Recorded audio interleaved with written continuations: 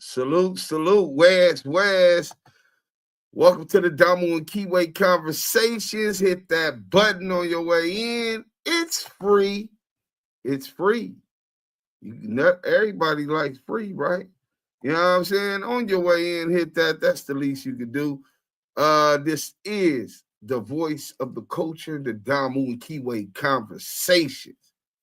So I got a surgery coming up. I might miss. I think my surgery is on the 13th.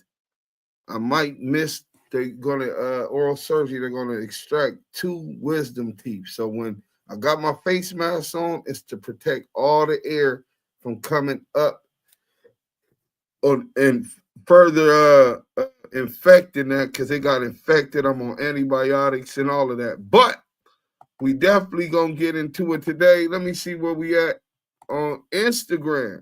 What up with it? What up with it? Skull Gang the Great. What's up, Bosco? That big ass nose you got, ugly ass nigga. That nigga funny as a motherfucker. You know what I'm saying? Y'all can go ahead and catch the whole show on Active Chucks, YouTube. You know what I'm saying? Y'all can go ahead and catch that. Gaga, what up? Reliable Transport, Brian Guzman, what up? Salute to everybody in the chat. Tony Gustiani, got it. We'll watch. I'm going to call y'all back. Salute. What's happening with you? Fan West TV 2, what up, bro? Salute to Active Chucks. You already know, 100. Black Power, strong. Black strong. Salute. Mike B. West happening. Or East happening. Yo, sir. Beautiful black lady is up in here. Salute. I'll be here. I hope you is, beautiful black lady, because I really want the women to be interactive on this one. This one right here is really goes out. Kid the Barber, what up? Shout out to the Damu Kiwe Conversations. Duke Sims and Yael. Salute, man. Salute. Hit that like button on your way in. Salute to everybody in the chat. You know what I'm saying? Selena, salute to the chat. Welcome to the Damu and Kiwe Conversations. Make sure you hit that like button as you enter and listen to the content. Yeah, man, that's like wiping your shoes off on the doormat before you step in with dog shit on your feet. You know what I'm saying? Ain't no telling what you just stepped into. Bubble gum, anything. We stay active in our chucks over here, so make sure you got them chucks laced and get active. Hitting that like button, man, for sure that. You know what I'm saying? We got a dick sucking that Evan Films in the chat right now. You know what I'm saying? You know, he's been lurking around. You know what I'm saying? He got paid that $20,000 by CS2 back to take down the Texas gun case when he first exposed it.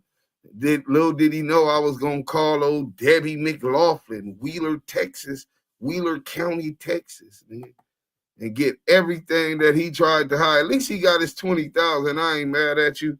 Go ahead and go back to Be More, and that's a lot of dicks you can buy to suck on. Gleazy guzzling, bitch. You know what I'm saying? Hey, Kid the Barber, Fan West, what up? G-Mac, salute.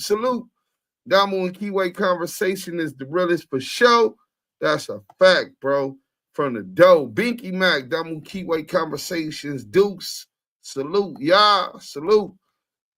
Beautiful black lady say Gucci and Jeezy, huh? For sure. But it's really more so Young Geezy and Jeannie Mai versus Gucci Mane and Keyshia Kaori, right? This is going to be real interactive as we want to show y'all the 2 polar opposites of females that you can get caught up with in this game, man. You know what I'm saying? And we going to show y'all they were rivals, trap rap. Some people call them trap guys, Gucci Mane and Young Jeezy, because when it comes to trap music, they were pioneers down south in Atlanta, even collaborated with each other, right? Little bit, what's happening? Salute, what's the deal? Nikki Hawk, salute, beautiful black lady, salute. Hope you feel better, dude. So I'm gonna get better. Don't even trip. Big T, salute to the chat. Salute. Ronisha Pate, this about to be good. Hey, it is. Megan Davis. What's happening in? You know what I'm saying? Y'all hit that like button. Hit that like button. Hit that like button. The Kiwe Pop Star will be coming in. Stand on the media. Salute Duke Sims the Don. You already know what it is. Stand on the media. Salute. Go ahead and follow Stand on the Media if you ain't already follow Stand on the Media. And hold on, let me send this text to somebody. That's the girl from the real Love and Hip Hop. You know what I'm saying?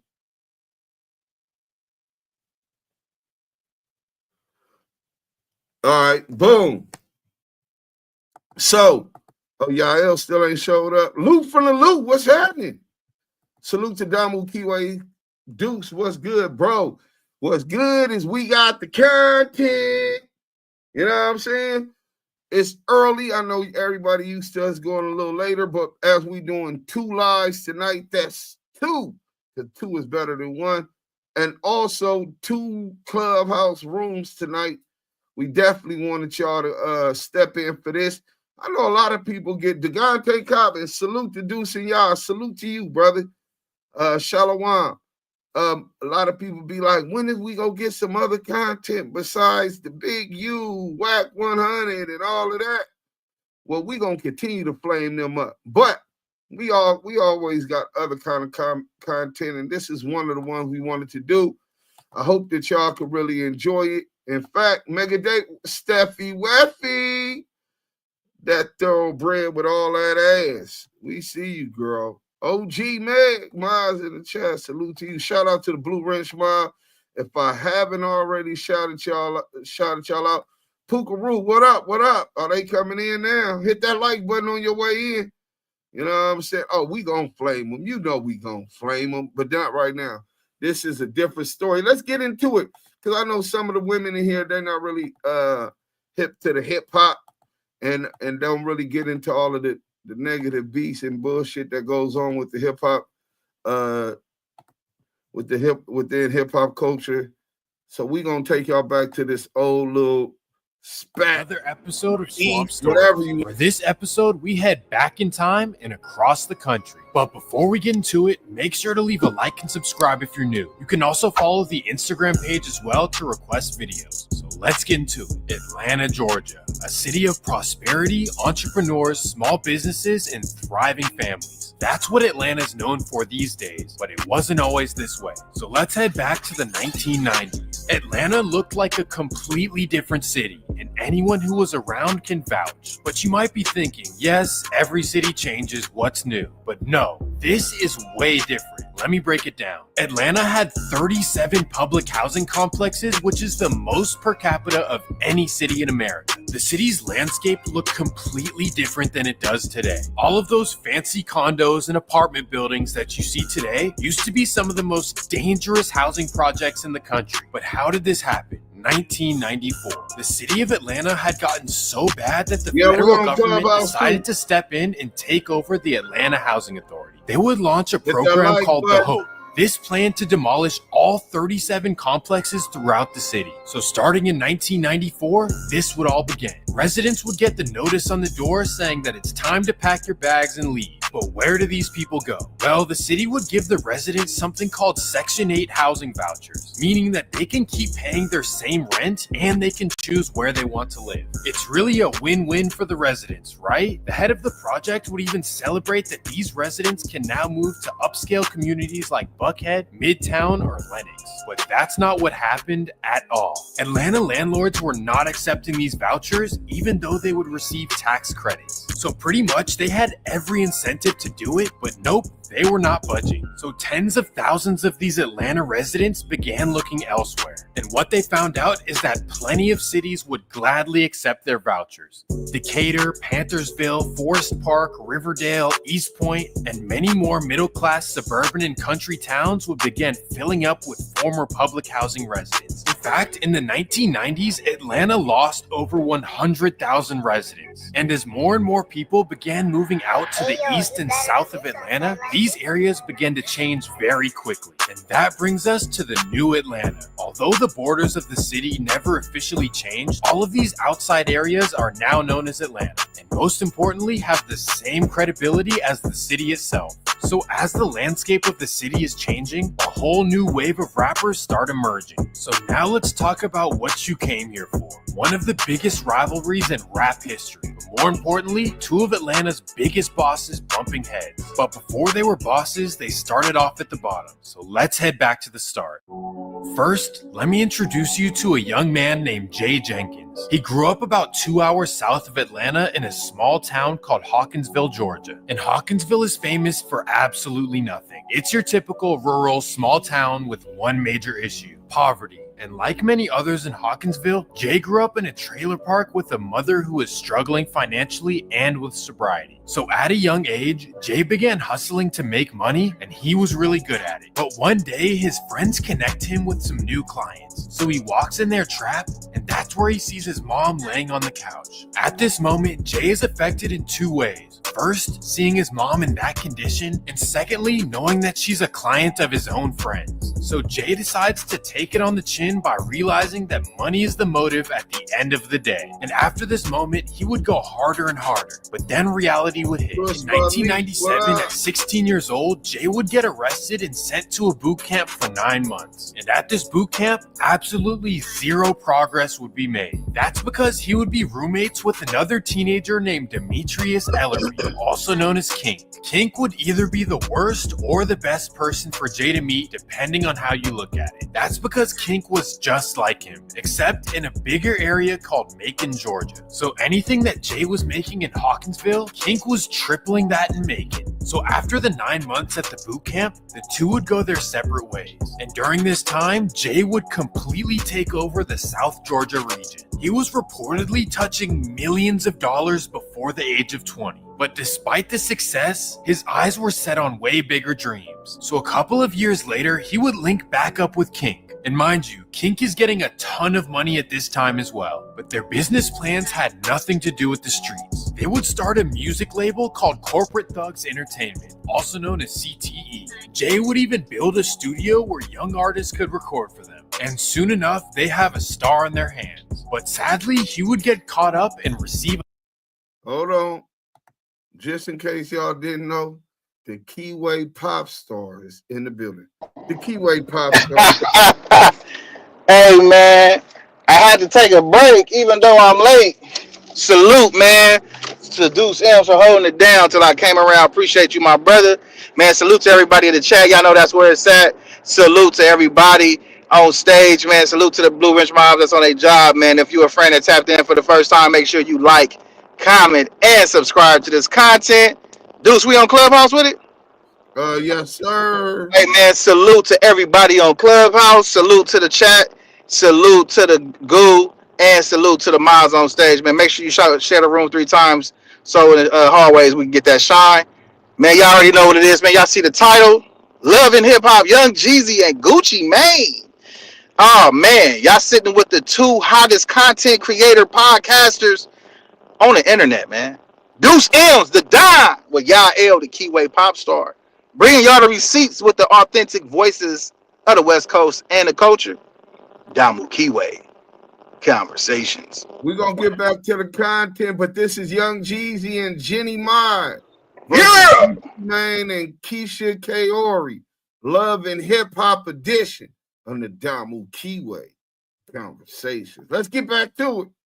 A life sentence. So here they are with tons of cash, a record label, but no artists. So there's only one solution left. Let's try to rap. So Jay would hop in the studio and began calling himself Young Jeezy. And through his connections in the streets, he would drop a serious bag on features from Lil Jon and other mainstream rappers. And again, let me make this clear. Young Jeezy was rich before he ever picked up a microphone. He was already all through Atlanta in Ferraris with hundreds of thousands of dollars in chains. He would become an underground star in Atlanta, but he wasn't the only person getting serious money. So that takes us to Zone 6. And that's just what it's called because technically it's the city of Decatur. But this is one of those areas that had a huge influx of residents from Atlanta's old projects. And because of this, most of the area became just as wild as the old Atlanta. And that's where Gucci Mane began taking the same path as Young Jeezy. But his upbringing was slightly different, so let's head back. He didn't grow up rich or anything, but his mother is a college graduate and school teacher in Atlanta. And because of this, he was a good student for most of his childhood. But during his teenage years, he began getting sidetracked from school as his hustling ways started. It all started at 14 while he was getting a snack from the gas station. He runs into a cute girl and she asks him if he wants to, let's say, inhale and exhale with her. He had never done it before, but he figured that he had to say yeah. And from that day, everything in his life would change. He became known for getting money at that same gas station on Boulder Crest Road. And at first, he had no issues. Money was fast and no one was bothering him. But things would begin to change once the money got bigger. And that takes us to 1995. It's a normal winter day after school and Roderick is doing what he does. A man approaches him and asks him if he would work for him. And by work, you know exactly what I mean. But Roderick is happy with the guys that he gets money with, so he declines the offer. 3 hours later, Gucci Man is hustling behind the car wash on Boulder Crest Road. He hears something and turns around. Boom! Right there behind him is the man that he had just met earlier. He tells Roderick to give him everything, and they both know exactly what everything means. The man already knows who he is and definitely knows what he has in his possession. But for whatever reason, Roderick takes a risk. He is not going to give up his work, so instead he hands the man $40 in his wallet. But that's not what the man is looking for. A decision like that can cost him his existence. But thankfully, the man doesn't go inside his pockets and dips off. So Roderick goes back to his wall plug and tells him the entire story. Except he lies about one thing. He tells the wall charger that the man took his you-know-what. So the man feels bad and gives him $400 so he can get back on his feet. So at the end of the day, Gucci really finessed the situation. Only in Atlanta, for real. But this wouldn't be the last time that he would get tested. But this time, Gucci knows one thing. He can't do everything alone. So he begins rolling with a friend named Otis Williams Jr., also known as OJ the Juice Man. Together, they would attend McNair High School. For those who don't know, this high school is notorious for serving 3 areas: East Atlanta, Decatur, and Panthersville. And because of this, tensions between students are very high. And that takes us to May of 1997.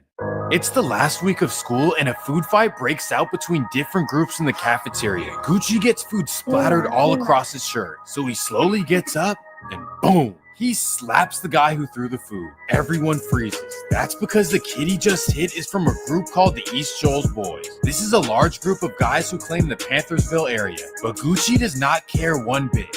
That's because they're from Panthersville, which used to be the suburbs. But Gucci would be met with a big surprise. The East Shoals Boys are with everything he's with. And for the next year, many altercations and incidents would occur. Gucci would head down to Panthersville, and in return, they would leave his close friend Javon injured very badly. And in response, Gucci absolutely handles the East Shoals Boys by himself, or at least that's how he tells it, and then they never mess with him again. Gucci would graduate in 1998, and from there, he would take his hustle to a whole new level. And along the way, his passion for music would lead him to the studio. Inspired by Tupac, Spice One, and Master P, Gucci Man would try to start his career. A friend of his would connect him with a young man named Xavier Dodson. He had just moved to East Atlanta from San Francisco and was looking for artists to make beats for. And quickly he would find out that Gucci is the perfect fit. But it wasn't that easy. At first, Xavier was making West Coast beats, and let's be honest, no one in the South wants to listen to E40. So Xavier would switch up his style to fit the region, and that's when history is made, 2005. Gucci and Xavier, who's now known as Zaytoven, have been working together for a while. And in the studio one day, a magical beat starts playing. The So Icy beat, and this is where two worlds collide. Young Jeezy hops on the first verse and Gucci hops on the second, and boom, they have the song of the year. Now mind you, before So Icy, both Gucci and Jeezy were already the biggest underground rappers in Atlanta. So Jeezy's CTE label and Gucci and Zaytoven coming together was monumental. But this is when things instantly fall apart. Young Jeezy reportedly gets upset about not getting money from the song, and truly he wanted the song on his album. But Gucci wanted to keep the song for himself. So Jeezy offers to pay Zaytoven a ton of money. Now mind you, at the time, Zaytoven is still living in his parents' house while cutting hair. And rumors say that Jeezy and Def Jam offered him a big bag, like serious life-changing money. But Zaytoven's loyalty ran with the guy that he's been working with for years. Honestly, that shows something about his character. The money did not change his loyalty, and Jeezy was pissed off. So behind closed doors, Jeezy would allegedly start bad talking about Gucci. And trust me, Gucci does not like to be played with. But this split would go public when Young Jeezy goes to the studio and records a song called Stay Strapped. In the song, he puts a $10,000 bounty on Gucci's chain. Now it's time for Gucci to respond. But instead of getting in the booth, he would do an interview where he does not hold back. And make you feel this way that you feel right now. They tried to get my song on his album. I think he couldn't do it. You know what I mean? Just came out of it. So what he started doing exactly? You know, just making diss records. Going on the radio saying you know what I'm saying, popping and shit. Was he doing that in Atlanta or in markets that you might not have been in? He going to markets I ain't been in yet and do a show before I get there and tell them don't buy my record when it come out. You actually heard that cats was saying like, don't buy Gucci out. I seen it on videotape. So that what made me just flip out like this. May 10th, 2005. Gucci is at a girl's house in Panthersville, located only a couple minutes down from East Atlanta. They're sitting back chilling when they hear a boom. 5 men run inside, and this is where things get crazy. The men want one thing, Gucci's chain, but he's not having it. Bang! What just happened? Well, nobody would know, not even the police. That's because they wouldn't receive a single call about anything in the area. 2 days later, May 12th, 2005. Columbia Middle School ends their school day and the kids go play in the area. A group of 7th graders decide to walk through the woods, and that's where they find something they wish they never saw. So they call the police, and the man is identified as Henry Clark III of Macon, Georgia. This would have the police extremely confused. What was this man from Macon doing in Panthersville? So they contact the family and find out that he's a rapper signed to Young Jeezy's CTE label. And once they find this out, all eyes are pointed in one direction, but it would be a little while before they would gather enough to officially name him as a suspect. Because remember, at this point, all they have is a body and nothing else. Everything else was cleaned up very well. But that would change on May 19th, 2005. Gucci is officially a wanted man. He decides to turn himself in later in the day. The news breaks out and everyone is in shock, even Zaytoven. He had no clue that this happened, but claims that he could tell something was weighing on Gucci's mind, so it ended up making sense. At his first appearances, Gucci pleads his innocence, claiming self-defense. But the prosecution is not buying it, and this right here should be a lesson to everyone. Listen closely. The reason that they weren't buying it is because of everything that happened after the incident. Number 1, why didn't Gucci call the police directly after if he's innocent? And more importantly, why was the area wiped of all evidence? This right here is the worst thing you can possibly do if you want to claim self-defense. You always need to be the one to call first and present your side before anyone else can. And this huge mistake would have things looking really bad for him. Meanwhile, Young Jeezy is taking full advantage of all the media coverage. And 2 months later, on July 26, 2005, Young Jeezy releases his debut album, Thug Motivation 101. This album absolutely takes over the South and eventually the whole country. Songs like Soul Survivor, My Hood, and Air Forces all become anthems in every club. But behind the music labels and radio stations, things have gotten serious in Atlanta. Gucci does an interview after being released on bond, and he says some questionable things. He may have broken the code. What do you guys think? Check it out. So that situation that we were just talking about with the charges and so forth, do you feel like it was a setup because cats came like after you, like they was coming to get you?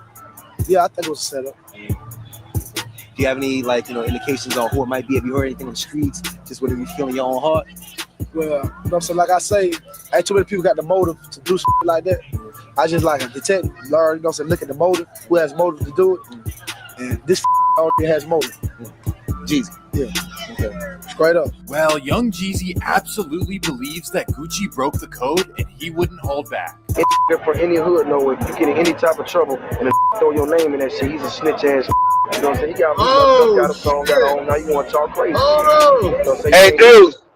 Yeah, we gotta call it out, my nigga. What? Hey, bro. Hey. Yeah. That nigga Gucci did foul, bro. Yeah, bro. Yeah, bro. He fouled, bro. And nigga had a temp on him at Young Jeezy. Jeezy called him a rat.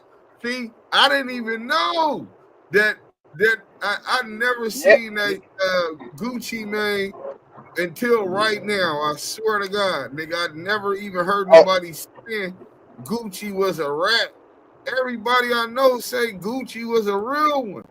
Nasty work, he did foul, man. What you was saying, y'all? Nah, bro, I'm saying like niggas be holding these rappers to a high degree, bro, especially when they come from the trap, especially when they come from the hood. And you know, our success out the traps, out the trenches, out the sections, you know, when the nigga make it out, you see yourself, you like, damn, man, that nigga was like me. You know, nigga roaches, nigga living in the projects, living in the hood, surviving multiple wars. And then you look at that nigga, you like, bro, that's a reflection of me. Until you see this type of shit, you be like, no, bro, you can't speak for me. You got on the internet snitching and dry snitching. You get what I'm saying? So it's like, nah, bro, niggas be giving these niggas thrones and crowns when they ain't stay 10 toes down. That's a bar. You feel me? Like, you can't give a nigga no throne or no crown. And you see in this video, bro didn't stand 10 toes down, bro. Nigga asked him, you basically gave the detectives lead. You gave him a lead. He said motive. Nigga, he gave it up. Motive. Yeah, bro. Like, nigga, you snitch, bro. That's snitching, bro. That's not, I think, like, a nigga would have asked me that question. I'm like, man, I don't know who did it. I don't give a fuck, nigga. I'm a law-like nigga. It is what it is. I'm gonna let the streets handle it, nigga. Leave it at that. You talking about I think it was motive because of G. Like, come on, bro. Like, bro, that's not. Detective. That nigga said, I'm like a detective. So I look at who had the motive. And he said, was it Geezy? He said, yeah. Udo, yeah, bro. Salute. He said, Deuce and y'all, salute to the chat. Man, salute to the chat. Hey, I'm gonna make this I'm gonna make a poll and we gonna see how many of y'all morals line up with us. Hey, brother, you are my brother. I was just thinking, like, bro, put a poll in the chat and see if this nigga's a rat. We need this. Hey, keep it 100. We gonna see if other people just starstruck and go give them a pass. Right, nah, ain't no passes, nigga. I ain't getting no pass. Dude Sims ain't getting no pass. Real niggas ain't giving up that pass, nigga. If you told, go on and roll your shit up like a little burrito, and you can go ahead and hang that shit up, cause that ain't Damu, homie. That is not Damu, and that for sure ain't Kiwe. Let's go. Things start looking really bad for Gucci's future, and this is for two reasons. Number one is that Geezy and T.I. are his enemies, and that means that the fans are taking sides. And this wouldn't be a problem except for the fact that Geezy and T.I. are signed to major labels and have the whole industry behind them. Meanwhile, Gucci and Zaytoven are just two guys making hits out of their basement. And not only would this hinder their growth, Gucci's case has his future looking dim. The prosecutors have the perfect case. They show that evidence was tampered with after the incident, along with the failure to alert authorities. And here's the worst part for Gucci. He has no eyewitnesses, not even the girl he was with. And that right there makes you wonder whose side she was really on. But as things are looking downhill, a key witness shows up to court. A gardener who claims that they were mowing the lawn while everything transpired. The gardener would say that it was self-defense and that he saw it all go down. And that is all he needed. In January 2006, all charges would be dropped against Gucci. But to this day, no one truly knows what happened other than Gucci, the girl, and the four men involved. Oh yeah, and the gardener too, of course. That takes us to the year 2006. Gucci is back free and working harder than ever before. He and Zaytoven are literally spending every night in the studio and dropping banger after banger. Gucci's career would take off with hit songs like Wasted and Lemonade. But he wouldn't be the only one taking off. Young Jeezy would drop hit albums The Inspiration and The Recession. But just because his music is selling does not mean that everything is going well. Sadly, Young Jeezy would face an unfortunate situation. His friend and business partner Demetrius Ellerby claims that he owes him $5 million. The claims say that Jeezy failed to pay him for executive producing his albums. Ultimately, Demetrius feels entitled to half of Young Jeezy's profits. This was unexpected to say the least, and Young Jeezy must have felt blindsided. He would file a counter lawsuit claiming that he and Ellerby were never friends, and he would say that they never agreed to split profits from his music. So how did this turn out? Well, Young Jeezy would win the case because he was able to prove that there was never a written agreement to share any profits. So thankfully, he was able to keep his money. But after all, it seems that many of the issues in Jeezy's life occurred about money. But I guess that's just the life of a successful man. Now let's talk about the new Gucci, because after coming home in 2016, he became a new man. He changed so much that people began thinking that he's a clone of his former self. And they say time heals all wounds, and that may be the case. Gucci and Jeezy would finally agree to sit down under one condition. They would decide to do a versus battle to finally make it water under the bridge. The 2020 versus battle. Real quick, 704 Queen City, man, say respectfully, Jeezy snitched on himself and stay strapped on Deuce with Stay Strapped. And Deuce and y'all, I'm a big fan. With salute to you, 704 Queen City, man. But Salute, don't brother. deflect. We not asking if Jeezy self-snitch, because Jeezy can self-snitch, but that don't negate the fact or whether or not Gucci snitch with what we just saw. 704 Queen City, man. Did you just see what the nigga Gucci said about Motive and then concurring that it was Young Jeezy? Is that snitching or not? We didn't say did he self-snitch. Right. If he self-snitched on the song, that's a whole nother matter. Y'all be trying to say these rats, man. Hey, No excuses and deflecting, brother. Deuce, brother, when you give a portion of one, I gotta follow up with another. 704 Queen City, man. Listen, salute to you, brother. We understand what you identified, but you have to listen and observe the content, my brother. The previous slide right now, before this one, Gucci's being interviewed by an interviewer, and the interviewer asked him, "Hey, do you think Jeezy did it?" And Gucci replies, "Yeah, he got the motive. He did it. Yeah, nigga, bro. Listen, bro, we don't do that over here in the Damu Kiwe, brother. We don't do that. I'm not saying that you are. I'm not saying, and you might have probably missed that slide. So we just gonna give you that. Well, no, we're gonna back it up. We're gonna back it up. Back it, okay. Hey, push the button. Rewind. We do that right now. We ain't finna let y'all get away with that, man. You know what I'm saying? That was nasty work, right? Well, T Twisty by Meeks, we understand that, but again, here it go right here. Oh yeah, there it go. Nasty work. Real before you play it, Benzino. Before you play it, Deuce,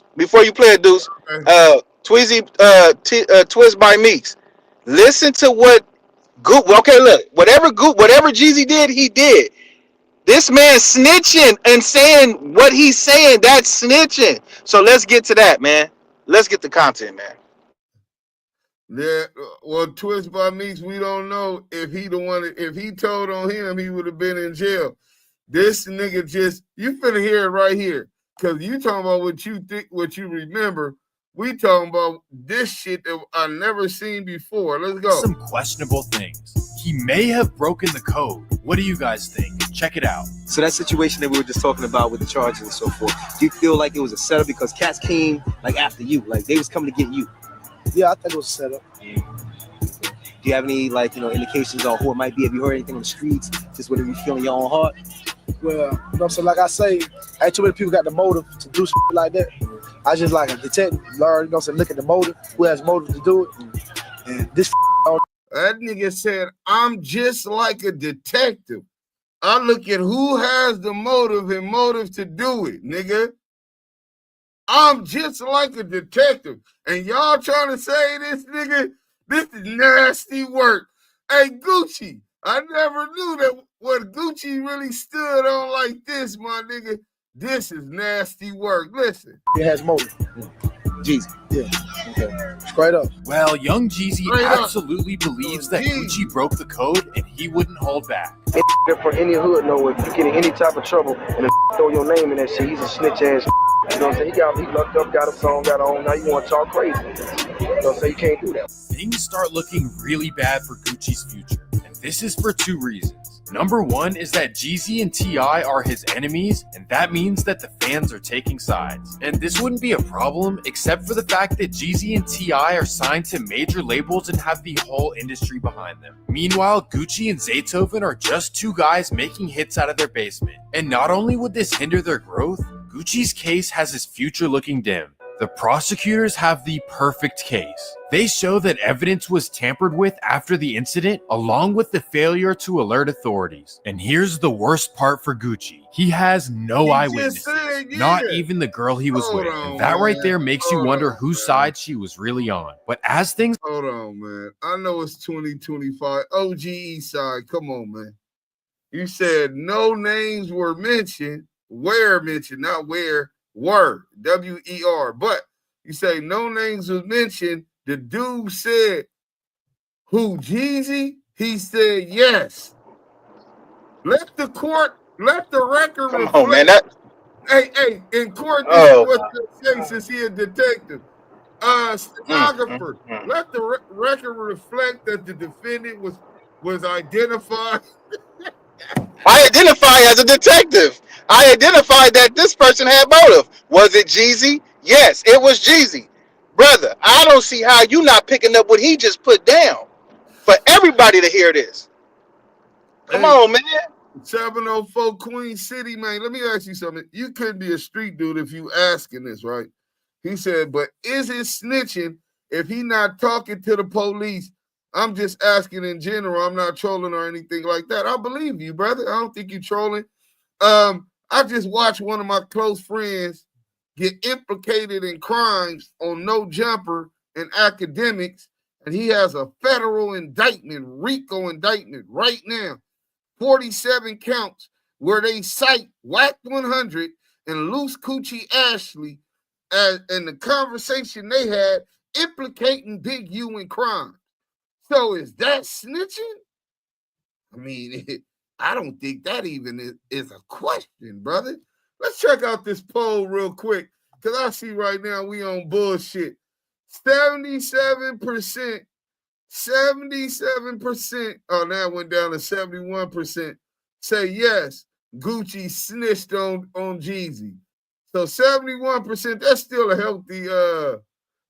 healthy amount of people who's keeping it a buck. I mean, I'm not saying you got to go knock the nigga down for ratting. But, bro, if a nigga did that, bro, he's helping it with the investigation, man. Hey, dudes. Yeah. Are you getting a verse from Gucci, man? If he... Are you... I'm good now. After that, I swear to God, I thought this nigga was a G, nigga. Nah, brother. Niggas a yee. Oh my goodness gracious. Twitch by me saying, oh my goodness gracious. He ain't a G. He's a yee. Yeah, he's yee. Now, would I cover some content on him? I covered content on Rats before, but as far as doing business with him, interviewing him on here, doing a song with him, nah, I pass, brother. I ain't gonna knock him down. You know what I'm saying? I ain't gonna knock him down. Yeah, and the nigga said straight up, it was Jeezy, straight up. Man, the nigga said it was Jeezy. Yeah, you know, cause you know, I'm Jones 6 and yeah, straight up. He did it. Talking street shit, man. Damn, bro. Signed the Crime Stoppers Inc. Oh man, it's going down. Damn, not Crime Stoppers Inc.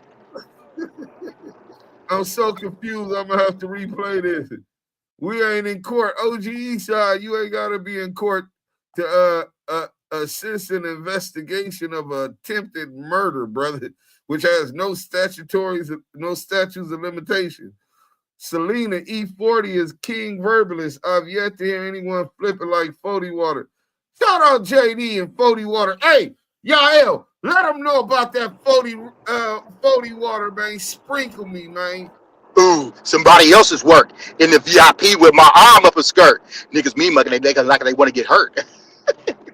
Keep on playing with me, I'ma put them in the dirt. Bitch! Dirt? 40 water jerk. Heard her pussy wet, she trying to have me swag and surf. Them niggas softer than some cotton, man. Them niggas just a nerf. every time I spit that real, it'll get up on their nerves. Yeah. Hey, man, listen. Shout out to the water, man. Keeping them wet. Hey, listen. Oh, my God. The game is so watered down. No, this was old. Bro, this was old. Let's finish this video, man. Oh, yeah, this is nasty work. Things are looking downhill. A key witness shows up to court. A gardener who claims that they were mowing the lawn while everything transpired. The gardener would say that it was self-defense and that he saw it all go down. That is all he needed. In January 2006, all charges would be dropped against Gucci. But to this day, no one truly knows what happened other than Gucci, the girl, and the 4 men involved. Oh yeah, and the gardener too, of course. That takes us to the year 2006. Gucci is back free and working harder than ever before. He and Zaytoven are literally spending every night in the studio and dropping banger after banger. Gucci's career would take off with hit songs like Wasted and Lemonade, but he wouldn't be the only one taking off. Young Jeezy would drop hit albums The Inspiration and The Recession. But just because his music is selling does not mean that everything is going well. Sadly, Young Jeezy would face an unfortunate situation. His friend and business partner Demetrius Ellerby claims that he owes him $5 million. The claims say that Jeezy failed to pay him for executive producing his albums. Ultimately, Demetrius feels entitled to half of Young Jeezy's profits. This was unexpected to say the least, and Young Jeezy must have felt blindsided. He would file a counter lawsuit claiming that he and Ellerby were never friends, and he would say that they never agreed to split profits from his music. So how did this turn out? Well, Young Jeezy would win the case because he was able to prove that there was never a written agreement to share any profits. So thankfully, he was able to keep his money. But after all, it seems that many of the issues in Jeezy's life occurred about money. But I guess that's just the life of a successful man. Now let's talk about the new Gucci, because after coming home in 2016, he became a new man. He changed so much that people began thinking that he's a clone of his former self. And they say time heals all wounds, and that may be the case. Gucci and Jeezy would finally agree to sit down under one condition. They would decide to do a versus battle to finally make it water under the bridge. The 2020 versus battle. Despite all the time passed, the tensions in the room were very high. And that would only get worse when Gucci would diss Jeezy's friend and former artist Pookie Loc. This right here was a wild decision by Gucci because this versus was meant to let bygones be bygones. And honestly, I found it amazing that Young Jeezy just let it go. Lil Boosie would even go on Vlad TV and say that if it were him, it would have been a serious problem right then and there. But what do you guys think? Did Jeezy show growth and maturity, or should he have reacted strongly?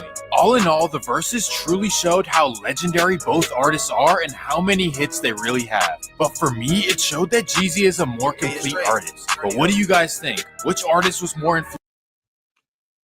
Yeah, I definitely lean toward Young Jeezy as far as artistry. Gucci got a gang of hits too. Commercial and underground. He was grinding the underground, man. You can't take that part away from him. But my preference would be Jeezy. But we got a super chat, y'all, before we get into this. Man, we got a super chat from C Rails W with the $10 super chat. Man, here we go. For all those who just saw that video and still on the fence, this like ordering a Big Mac, then opening up the box and still having to ask, is it a Big Mac? Hey, man, C Rails W, super facts, man. Thank you for the super chat. Anything that is given to the Damu Kiwe Conversation is highly appreciated. Man, salute to you, your family, and your tribe. So 75% on the poll have saying yes, that Gucci Mane did snitch on Young Jeezy when he did that bullshit, man. It's nasty. Before this live started, Gucci, man, I was saluting you with your wife. But let's get into love and hip hop. Young Jeezy and Jeannie Mai versus Gucci Mane and Keyshia Kaori. That's Gucci Mane's wife. And we're going to get into it. Oh, we got another super chat while we get into it. Yeah. Yeah, I'm looking for it right now. Give me 1 second. Hold on 1 second. Oh, we got 704 Queen City, man. 4.99 super chat, man. We appreciate that. Anything that is given to the Damu Kiwe conversation is highly appreciated. Salute to you, your family, and your tribe.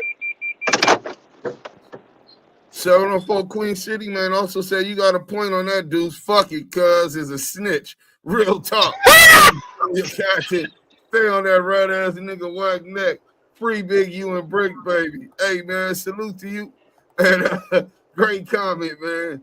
We got Yeah, 2 man. lines today. It must be my birthday. No, my birthday is on the 7th. That's the day after tomorrow. And you know what's crazy? I'm going to go out and eat, so we might do an early live. We're going to be on Clubhouse, so y'all can come chill. Bring it up, send cash apps to the cash app right here on the thing. And I'm gonna get me a bottle, probably some Clico or something, you know what I'm saying? Some champagne. You know, I don't drink like that no more. You know what I'm saying? And we gonna get into it. So let's get right back to the content. You know what I'm saying? Cause that's what we here for, right? So I want y'all to see this, even though I can't stand this piece of shit ass nigga, right?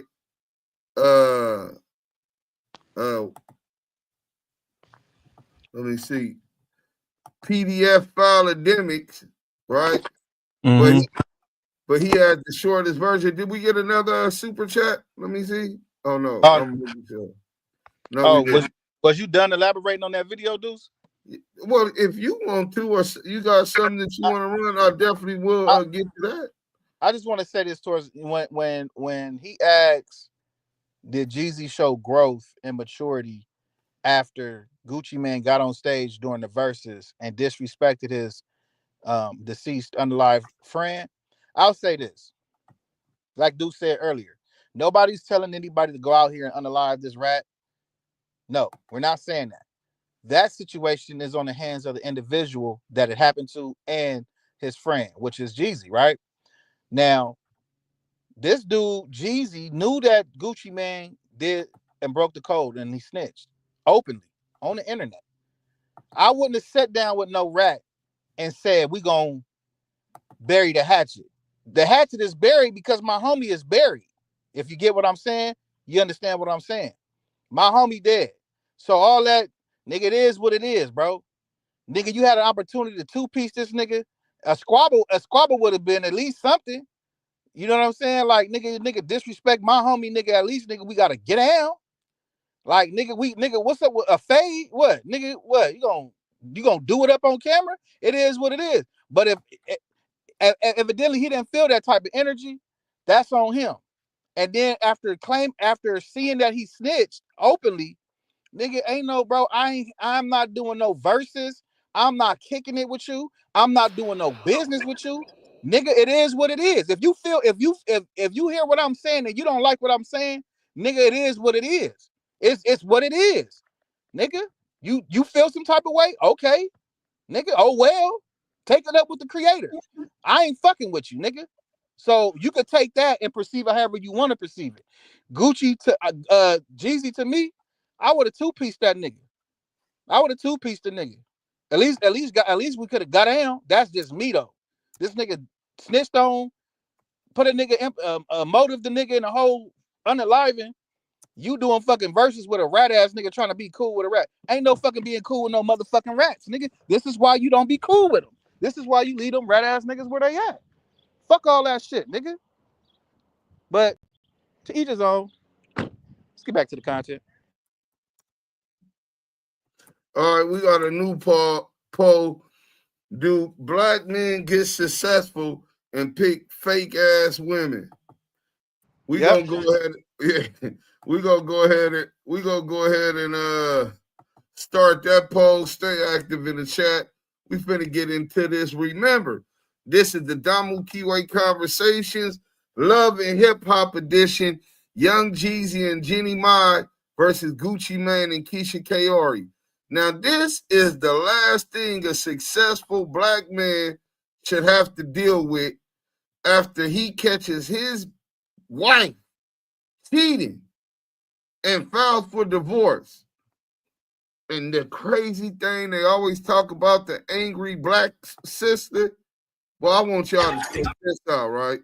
Oh, this is nasty work. Jeannie Mai property. From now I gotta say, it's the real. Like, how many garages? Nasty work. Hit that like button. 1, 2, 3, 4. I think it might be a 5-car garage. Look like, obviously they lived here. This was in Atlanta, and they were married. Now it didn't work out for whatever reason, and apparently, as per the separation order, and while they were getting divorced, the judge authorized Jeannie Mai to go to the house to go get her shit. Apparently, Jeezy packed all her shit in boxes in the garage and did not want her to go to the rest of the house. This is not the house. This is kind of like some part of the house, but the house is kind of like behind there. She shows up and the cops are later called. I think this white woman here is like an assistant or something for Jeezy, and it becomes a whole thing because she wants to walk inside the house to do a walkthrough and see what of hers is there. Jeezy's not at the property, doesn't want her there. Also, they were in the news recently. Jeannie Mai. They were in the news because this video is really really spurred her going back to court, and she told the judge that Jeezy disobeyed a court order, and the judge was upset, saying, "What? If you disobey it again, you will go to jail." It says, hit a new low as the month of April came to a close this week. The Georgia decision, per the court documents, the judge said that Jeezy willfully failed to fulfill one of the requirements laid down in the divorce, which was to return the title of a Range Rover to May. This unfortunately checks out with what we told you previously. Happened in December when May reportedly was barred from retrieving the last few things from the Atlanta home. They want shit, despite having a court order to do so. As a result, police were called, though no incident occurred, and she was able to retrieve her things. Okay, now I want to play a little bit of this, even though it's pretty long. I'm gonna try to speed it up. Let's put this on playback speed 1.25. But this is her pulling up to Jeezy's crib. The police pulling up and trying to sort out what the fuck. Now, y'all kind of tell me what your read of this whole situation is. Essentially, she wants to walk in the house and look at shit. They're saying, no, all your shit's already packed in these boxes, and she's making a big deal about it. Check this out. My walkthrough, and what I'm personally checking for is my belongings. I've moved my whole life from Los Angeles to here. I also had a baby here. I lived in this house. Hold on. Key word is lived. Past tense. What do you used to live in there? What do you having your baby there? What do you moving from LA to here to start a life with Jeezy and marrying Jeezy got to do with today? Bitch, get over it. He divorced you. This shit is the prime example of a female who has lost total control. So she calls the police to try to make your life a living hell. I decorated this whole house. So yes, I absolutely want to make sure that my things are taken with me as in addition to what's packed up. I want to make sure. I can't say for addition. You might be right. He might have packed everything for me, but I deserve a walkthrough because of court order. So that's what I'm here for. Okay. I'm not. How am I supposed to know when I look at these pictures? How can I organize to make sure I've gotten all of the boxes? Am I just to assume that everything that has been packed is enough, even though there's 10 pages of pictures to one box? So let's look at this one box. So you look through, can you look through your Dropbox and look through 1 through 10? Do you think those 10 items are in this box? Take a look. Look at that. Look at I did not take inventory of every single thing that was going into right. So that's why I'm asking for. But just know that you have mouse traps here, right? Like a few inches away from where we're standing. And then you have my belongings for 6 months standing in a deep, damp garage that are exposed to nobody. I'm just talking about respect. In the month of December 2024, local police got a call to the home of J. Wayne Jenkins, known as rapper Young Jeezy. The call was made by Emmy award-winning daytime talk show host Jeannie Mai, the ex-wife of Jay Jenkins. The dispute was over a court order allowing entry in the home to retrieve property following the divorce. Okay. How's it going, sir? What's going on today? So Mitch and I, how you doing, bro? Mitch and I, she she's the ex-wife. So she got a court order to get off her stuff out today. So she came properly, and he won't lie, he just allowed her to in the garage. So she down there now, so I don't know what's detailed. it's a dispute or something about the call. Okay. But they weren't preventing her from getting her stuff or anything like that? I think so. I think it's dispute going on. Okay. But she's on the property now? Okay. Do they have to buzz us in or? I take it she has a copy of that court order with her? Okay. Good deal. Do you know what all she was getting today or? Some all the personal stuff, clothes. Household items? Okay. Well, she bring like a truck. Yeah, she got a truck. She was going to see if Skill was going to let her on property first. She's on standby. Oh, okay.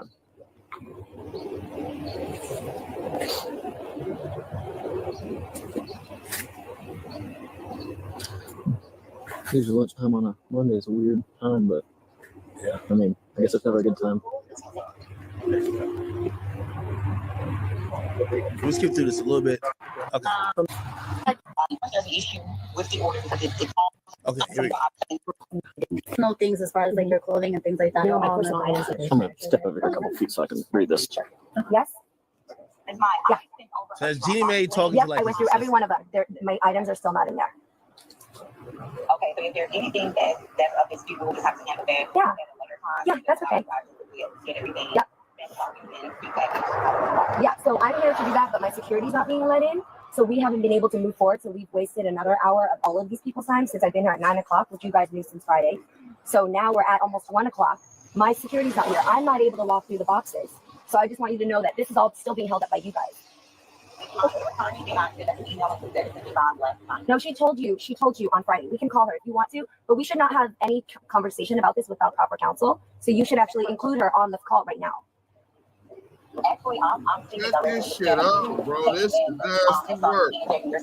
No, you're talking to the authorities that I called. You're talking to the authorities that I called, so I should be a part of the conversation since I called the authorities you're talking to.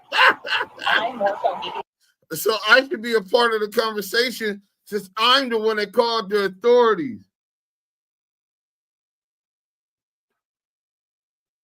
Nasty work. These are the work. Yeah, so let's start one by one. So let's open the gate so the security can come in so that I can go and handle the boxes because that's most important, right? Then we'll let these officers file the report as they came to do, and then we'll be done.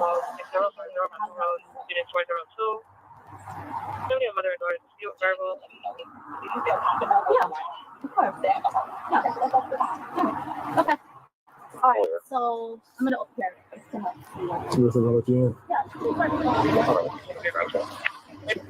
Yeah, he's still looking over the court order. Go for it. Yeah. Okay. So they look at the court order. They realize she does have some authority. Beautiful house, by the way. Beautiful house.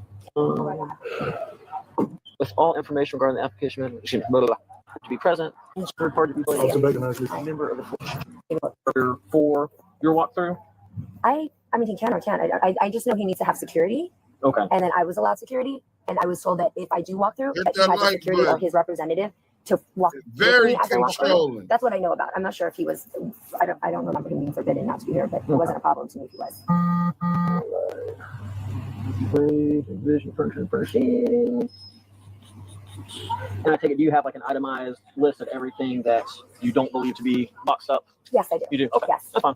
Like I said, I can't prove what's yours or Of what's course. his, and No, I mean, you guys just would know, need- but yeah. Okay. I what I was told, and obviously you guys know your job better than I do. Back out and park Okay. over there so we can get the truck in and out. Sure. Thank you. They'll be here at 1:09. Oh, okay, perfect. What I was told is when an order isn't being complied with when it comes to entry, that you guys would come and approach the situation to see if they really are confirming they're not allowing, which I think she just already did, and then you would make a report. And that's all. Is Mr. Jenkins here on ground? I heard he's not. I don't think he is. I don't think he is. Okay, well, I mean, if he's not, then I don't know if I would let a third party. I mean, I take it this was y'all's home together. Yes. Just obviously coming in after the fact. Yeah. I mean, if I wasn't at my house, I don't know how I feel about a third party letting someone through. Not saying you're not trustworthy, Of but course not. But that's where it's made very clear that Okay. he has to let me in before the 15th. He has to let me in before the 15th. And also has to have a third party, which would be her or a security, which has both here to walk me through. So they're here. She ready had to walk that me through. right At this from point, crib, what are the boo. rules when you don't follow court orders? Take it before the judge and Before she bring decided some she judgment. didn't There's get not much we can do if he's not here. If you were behind the door, Yeah, and talking to Jeezy her, was do you still mind if we come through with Yeah, body because I cameras? wouldn't mind you guys walking with me. Yeah. Or maybe, is that even an option? Can we maybe ask? It is, but when it comes to court orders, we as law enforcement have to be very hesitant on what borders we push. If it's you like this is paper, this is black and white. Obviously, we can't really muddy those lines. Yeah, versus raw if you show us, like, grass hey, and I'm going out of bull- town. I'm moving to Cali. I'd like to get some stuff. Sure, I agree. Some Officers of should this not shoot their body bullshit. cameras. When it comes to court orders, we can't really change any of the margins with And this. I would So, ask you to, yeah. but let me just read through and Of course. see. She mad as hell. He like, look, with the court law, we can't change the margins. She looking around now because she thought that she was going to get them to just bobo. Listen, a woman that cannot control a man who utilizes and calls the authorities, especially on a black man, not knowing what can happen when them police come up in there, knowing that these motherfuckers fear black men. They hate black men, intimidated by black men. And you bring the police in there. Thank God Geezy was smart enough to not be there, hiring an assistant, and already have everything packed in a 5-car garage so she could have easy access to get in and get out. But she was pushing them as if she wanted them to press every matter of the right then and there, and that she has the privilege because she had her baby in that house, because she moved from LA to that house, and because she used to live in this house, to force them to open up their home, not hers, and let her walk through there. I have the right, I should have the privilege to go through here because I have my baby here. I used to live here. No, bitch.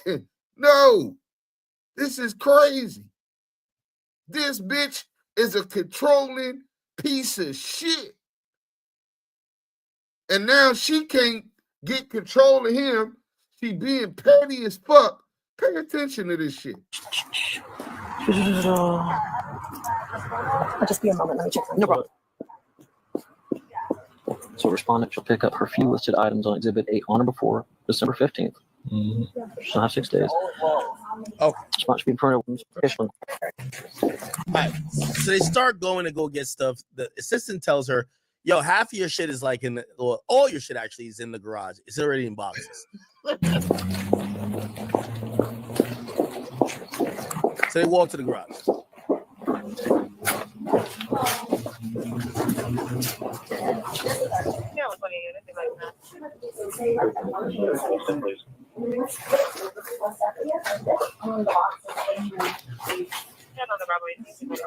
KJ, are you on the phone?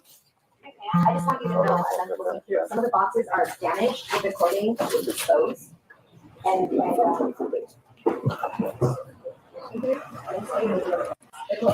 so I'm just not really thinking that his intact is enough, even though they organized to make sure I've gotten all of the boxes. Am I just to assume that everything that his intact is enough, even though there's 10 pages of pictures to one box? So let's look at this one box. So you look through, can you look through your Dropbox and look through 1 through 10? Do you think those 10 items are in this box? Take a look. Look at that. I did not take inventory of every single thing that was going into right. So that's why I'm asking. When you're asking me, to just take for granted that everything is in those boxes, I think that's a fact twist, Bobby. If you don't even know this, you didn't even pack it. How can you tell me that 10 pages are in one box? Go to your Dropbox. Take a look. No, so let's say you QR code this, right? Mm-hmm. So let's say that's one QR code. 10 pages are in one box. So, and then let's also make sure just make sure I'm having this actual just think about that. You know, like he can't pick up his stuff. I'm trying to please get to the side and let that be known, because last thing I want to do is add to someone's divorce paperwork. But let me finish. It doesn't matter that he's handled mine. But if you didn't pack it yourself, then you also don't know what I'm asking. So for you to tell me what is your supervisor? Okay, then can you go to the Dropbox and ask him? So like K07N. Yes, sorry, this was like 6 months. So K07N 1 through 6, meaning like 1 of 6. So then there'll be 2 of 6 associated with that K07N. So let's go through it now and you can show me. Let's start from the first part. So essentially, so her issue, just to kind of like, give you an update. So she wants to go in the house. They're like, no, all your shit's in boxes. She's like, nah, I think y'all aligned. There's no way all of the items I've ever had at this house is already packed. Jeezy had this shit packed in boxes. You can tell he don't want nothing to do with this bitch. Basically, she's not allowed to go in the main house, and she could get her shit from here and just dip, but she wants to walk through the house.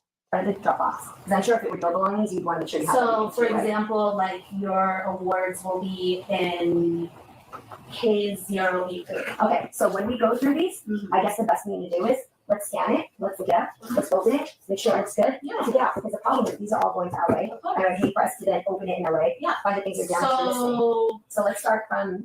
We can start from here. Okay. Let me just move the car. Yeah. And then we'll just. So you want to go through all the boxes? No, we don't have manpower I for want that. to show my face. Sure. Of course. He said, no, we don't have the manpower for that. So look, she trying to be so petty. Now she want the police to help her unload every box and go through it to make sure that everything that's listed that was packed is in there. Check this out.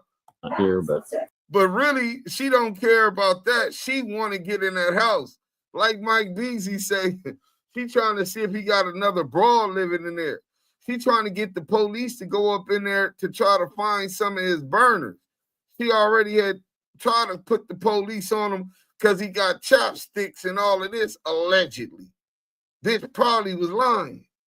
But bitch, when it gets this bad, man, get the fuck away from that broad. Jeezy was so smart to not be there, to delegate that and put a medium in between, a buffer, so that he don't have to deal with this hostility, this hate, this miserable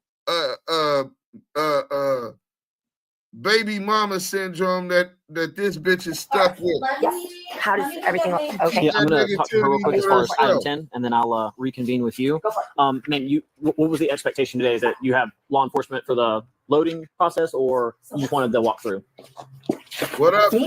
Keith? You, man. Hit that like Yeah, button What on was your the way intent in. for law enforcement presence? Was it to see if they'd be Intent? willing to do the walkthrough? See if they're willing to do the walkthrough, which I think you confirm no, and then just make us a report if you could. Yeah, And absolutely. I don't want to waste your guys' time. Okay, no problem. Man, can I have a word with you real quick? Of course. And you're represented for Mr. Jenkins? Yes. Okay, sorry. I'm trying to piece together who's who. Sorry. So I was reading through this. I don't know if you got a. I don't have copies. Okay, so I'm I'm on with his lawyer. okay. No problem. And like I said, we're not here to strong arm any parties involved. Right. Obviously, peaceful transition is Yeah. obviously the most desired. So if you want to read Article 10 for yourself, it does basically summarize everything that she's Mr. stated. Jenkins is calling. So, Yeah, if you need like, to take that. If KJ, he's can willing. you text him really quick and tell him I'm talking to the officer? Like I said, I'm not trying to do any undue tell paperwork me for because anybody. I don't know what I'm. Yeah, no. So Article 10 basically says that she can do a walkthrough when she comes and designate a representative being you to be present. She'll take a picture, text of any item that she believes to be hers. Petitioner, Mr. Jenkins, would respond immediately. Obviously, our body cams are rolling through our entire encounter. So that's something where he says, yeah, that's no problem. The officers can go with her. That way, if there is something, like I said, it's nothing that we're trying to create further legal issues. But if he does want it documented that, court ordered signed by a judge says that she can get a walkthrough and he's saying no, that's obviously going to present more problems for him down the line. It's nothing that we're going to do as law enforcement today, but I don't like to add to anyone's performance during a separation. I do. Yeah, so he definitely doesn't agree to that stipulation. We've already filed an emergency motion with the court, so we were already anticipating that an incident report was going to be filed in that regard. So we're just going to have to handle that civilly in court. Okay. But he's definitely ensured that all of her personal belongings have been packaged, are inventory and ready to go. So I think if I can, like, Jeannie, you just want to check on the furniture that you came back. Is that correct?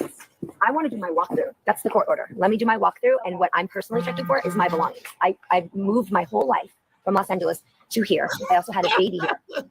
I lived in this house. I decorated this whole house. So yes. I decorated this whole house.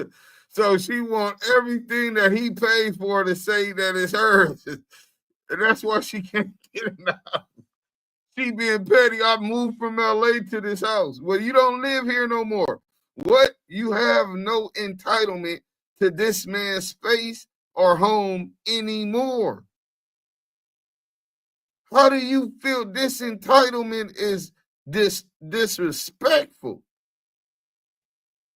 And she thinks that the court and law enforcement is supposed to allow her to chop this man's dick off, chop off his balls, and make him a bitch in his own home that he earned money to buy.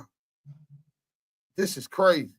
I absolutely want to make sure that my things are taken with me as In addition to what's packed up. I want to make sure. I can't say for addition. You might be right. He might have packed everything for me, but I deserve a walkthrough because of court order. So that's what I'm here for. Okay. I'm not saying I'm going to, I might walk out empty handed. I just want to make sure that my house that I know is coming with me. Okay. And so it's leaving with just his house being his. Okay. Does that make sense? Yeah, Also I keep just in mind, wanted a little clarity. yeah, that's for okay. everyone. And keep in mind also Yeah. that the reason why it sounds crazy that I need to be clear with what's in these boxes is because not you, but whoever, your party, this other party hasn't even given me the app to access my stuff. So I'm only allowed Dropbox pictures. That's what you see is what I have. Where's the app though to allow me to actually access like what items are in each box, because it's just a Dropbox link. KJ, what do you want to do about that? Sorry? Yeah, can we let the movers in, please? And can you move this car so we can get this going? Nah, yo, Jeannie Mai moving like she's the boss in this bitch. I just feel like they're wanting me to move and get these out, but then they're resisting. Because I'm like, the movers are here. We've been here since 9. You're trying to assert dominance. You're gonna be a bit so fast. Yeah. Was Mr. Jenkins pre-alerted that you guys were going to come on this date? I was. Because obviously I don't know any of the history, so I'm just asking out of curiosity. Correct. I'm going to call to make sure because.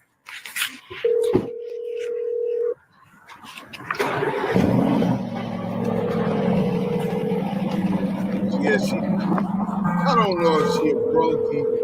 Selena, you always telling somebody a brokey. I don't know if she a brokey. And then over here, do you have your license? She ain't got Geezy kind of money. Have your license? I don't think she a brokey. I think she just being petty. So then they try to get the movers to come in. To tell you who or what they look like is on the line. They might not even be an attorney, but whoever is claiming to be his attorney on the phone is stating that, hey, we're aware of that. We're going to work it out in court. So they know that he has dismissed your request to be a court order for that. So it's all on body cam. But like I said, as long as you can get 90% of your stuff out. Like I said, you know what's in the house. I don't, or you might know what's in it. But unfortunately, that's kind of now. Why y'all think she want to go in the house? She claims all her stuff isn't in these boxes. She wants to walk through the house. Exactly, now, Selena. Me just knowing toxic women, she want to walk through the house and see if another bitch done moved in. Another bitch done changed up shit that she set a certain way. Listen, that's. Hey, Ronisha, you out of pocket. I don't give a fuck if you love her or not. Talk about shit that tried to play on her time. We taking it all. That's foul. You foul. Respectfully. That type of females who empathize with that type of toxic, controlling, miserable, negative behavior are foul. For real. Let's go. He all the way out of pocket. And look. That's what I'm thinking. Maybe I have different opinions. How it goes with shared marital property is the course. It's not always efficient, it's not always fast, but we're obviously not gonna be able to kick down any doors or assault through the windows or anything like that today. But or take some of his shit that he got to go talk to her because he made sure he wasn't at the house at the time. He got an assistant or someone who's a representative dealing with her. It will be documented. I'm glad you brought this, so it's obviously something to go on. But give me a couple minutes, I'll have it. Okay, no problem. Thank you. Hello? Could you get contact for the representative? I know attorneys on the phone. I think she's just a representative. You want a representative? Yeah. And if the attorney wants to get her name, just she's on the phone. I'll give them. You got audio on you? Yeah. Yo ass petty too, Selena. You ready to move in? Yeah. King Kong the Great. Nah, this is assistant on the job though. Watch. I have no idea. I think so. I need everyone to sign in, and I think it would be in. So she tells her, "Yo, listen, your movers, if they come on the property, this is Jeezy's house. People you got to sign an NDA. Just as petty. I don't give a fuck who you are. You got to sign NDAs. And Jeannie Mai, she's not into that shit. Listen to this. Do you know who they are? I'm not doing anything else. But that's like I'm trying to understand. I think it's right now. He's looking more than something else.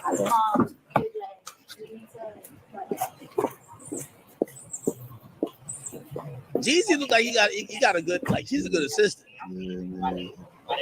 Before you bring these fucking movers on the property, sign the NDAs. She's like, no, I'm not doing that bullshit. Ronisha, let me find out you's a carpet muncher, Ronisha.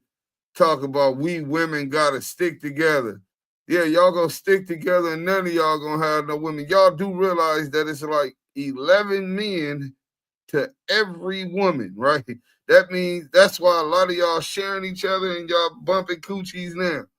11 men, 11 women to every man. Then you got a lot of dudes that's in jail. Then you got a lot of dudes with broken wrists. So the pool is even shorter. That means when you got a quality man, you better start appreciating them, or you gonna be this miserable broad trying to stick together with your girls again because you ain't got no man. You're gonna be calling these police to protect you because you ain't got no man. But remember, police don't come until after shit done happened. By the time you call the police, you're gonna be unalive, beat up, robbed, whatever you want to call the police to do to protect you from, it didn't already happen by the time they get there. So you and your girls, make sure you call your girls to come protect you when somebody breaking in your house, or a nigga try to knock your ass out because of your non-driving ass then got road rage and the incident with road rage. You know what I'm saying? Y'all be acting like, and that's a fucked up mentality for our women to have. Us girls need to stick together. It ain't about right or wrong. You identify with another woman just because she has a vagina like you. That's prejudicial. Nasty. That sounds like some a dyke coat or something, bro. That shit is prejudicial as fuck. Now imagine we start saying you bitches shouldn't vote no more. Oh, you guys are male chauvinistic. You know, you're chauvinistic with that us women gotta stick together shit. Even when they're wrong. Now, if the nigga was all the way wrong and she was all the way right, that's when you stick together with her. I'm all for that. But just because she got a pussy, you talking about y'all need to stick together when she wrong as two left shoes? Y'all is crazy. Hey, Deuce. Yeah. I gotta say this, bro. We got somebody in chat. I want to say her name is Ranisha Pate. She said, but y'all bros before hoes. Yeah, right. Years. Let me elaborate real quick. Yeah. It's the difference between a hoe and a woman. You understand that? Right. So when the man says bros before hoes, you'll never put you wouldn't put a woman with no morals before a real woman. You ain't gonna put no real woman second to a hoe. So it is the bros before the hoes, because hoes is for everybody. A woman is for one man. You understand what I'm saying? Right. So I guess she can't differentiate the two. nah, right? she can differentiate. What she's choosing to do is to selective politic. It's bros before hoes. Hoes are for everybody. Hoes do stuff out of just fun because they free spirited. I can do what I want. I'm single. You choosing a certain mindset. Just because you can doesn't mean you should. Oh, you understand what I'm saying? Just because you could do something, that doesn't mean you should do something. So when men pick bros before hoes, I will never put a real woman second to a hoe. Hoes is always gonna be second to a real woman and my homies, because hoes is for everybody. But a real woman, that's a diamond in the rough. That's hard to find. I could tell whoever made this title ain't from Atlanta. Hey man, sit your ass down there. Follow the house first, then come back in after you got rid of that ticket, and then mute up. We live right now.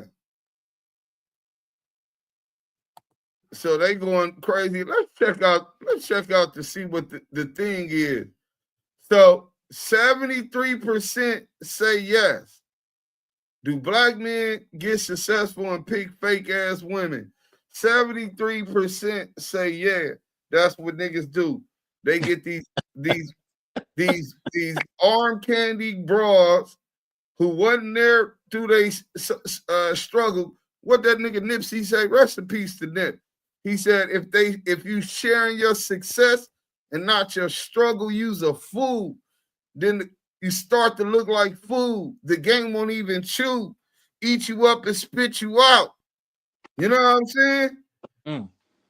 And that's what's really going on.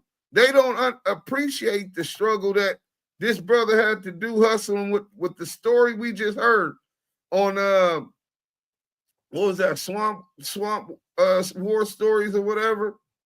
The story we just heard, right? She wasn't there through that. She don't appreciate that, yet feel entitled to walk in this man's house with no legal obligation by Geezy letter in the house. Let's see what they talking about in the chat, because these girls are going to piss me off. Not all women side with each other. I'm not saying that y'all shouldn't side with each other. I'm talking about side with each other when they in the right. Your sister, your mamas, your homegirls, when they in the right, when they totally out of pocket, and a motherfucker start dragging them, you know what I'm saying? Shake them, file divorce. Oh, bitch, you married. This nigga, you got a good man. This nigga take care for you. Y'all got a newborn baby, and bitch, you got caught fucking another nigga. Bitch, you out of pocket. No wonder that nigga dragging you. The nigga took her to counseling, tried to work it out, and realized that it was already too far gone.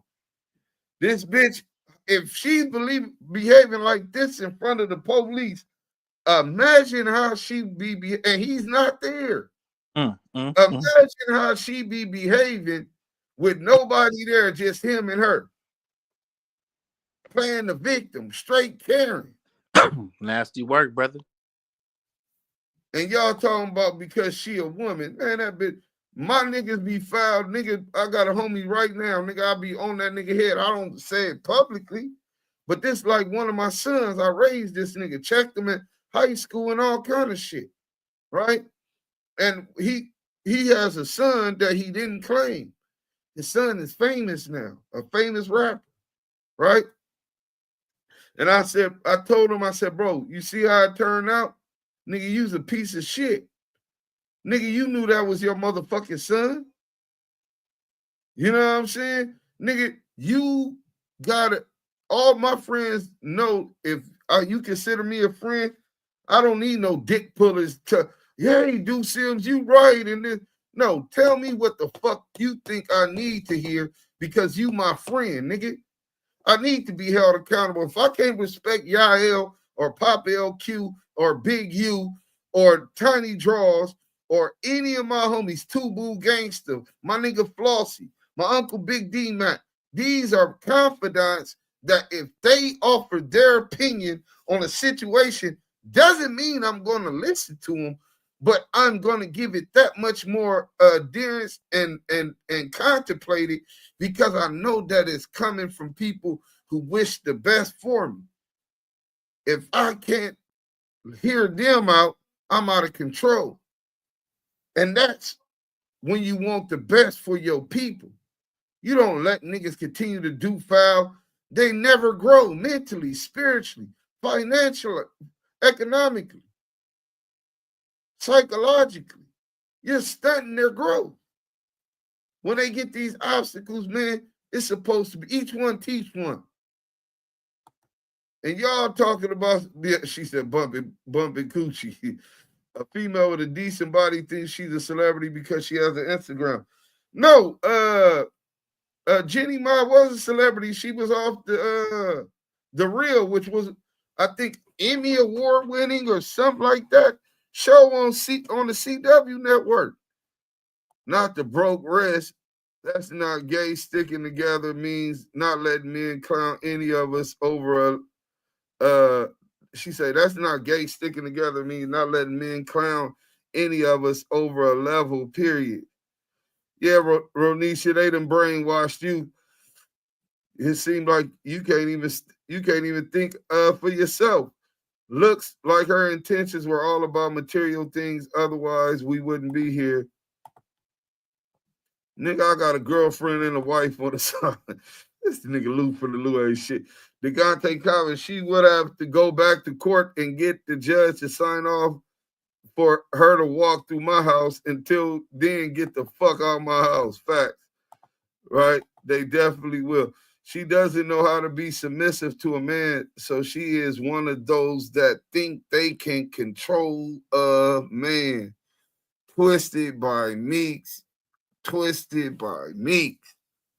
Oh my God. This was the best comment of the day.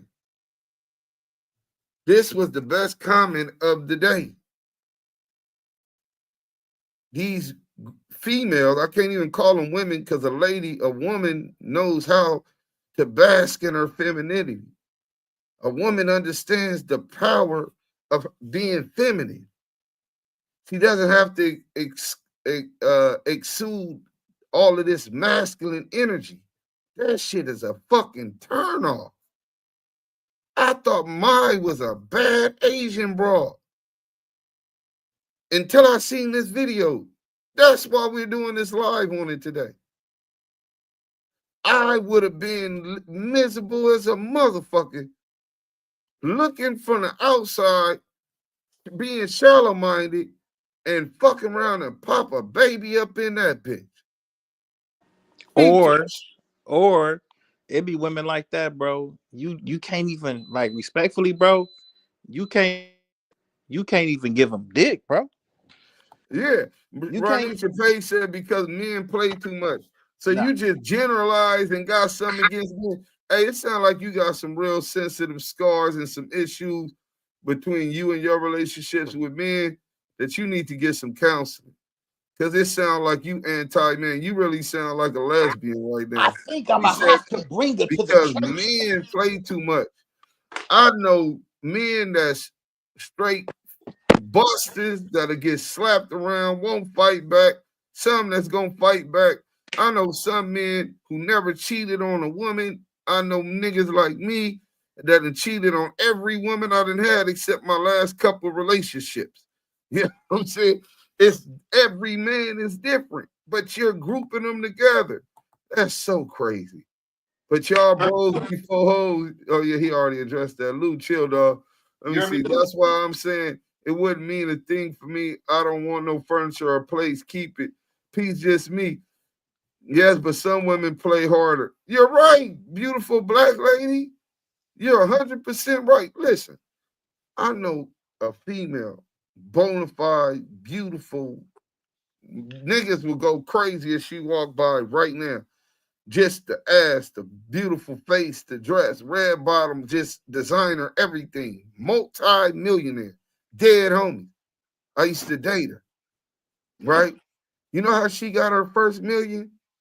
Because while she went to school, got men to invest in her businesses and fund her businesses, and she was flipping her money. She stayed with 3 different men at a time. And men naturally want to provide. They were taught that providing for women is their thing, and they all believe that this is their girl. 3 different men. So every day she's stacking all of her money from her business, her job, you know what I'm saying, her financial aid, everything, and investing in different business ventures, car lots, which she successful car lots, which she own now. I seen 2 of her bank accounts. One was over $1 million and the other one was over 900,000. This was about 8 months ago, right? This is 12, 13 years later. She's a millionaire because niggas feel it's their responsibility to provide, and a lot of niggas don't have nothing here, mental stimulation, and don't know how to maintain control in a relationship psychologically. They don't know how to control a woman's mind, keep them stimulated mentally. So their first thing they do is they lead with their wallet. And when you lead with your wallet, that's what you're going to attract. Hoes. Females that are looking for niggas that's trying to spend their money. Can I get your number? My phone off right now. You gonna pay the bill right now? You can get my number if you paying my bill. You finish how you start. So as soon as you pay the bill right then, oh, I got it. And you okay, well, you're gonna keep showing it. $10,000 for a pair of shoes, $20,000 on a bag. Trips over here and over there.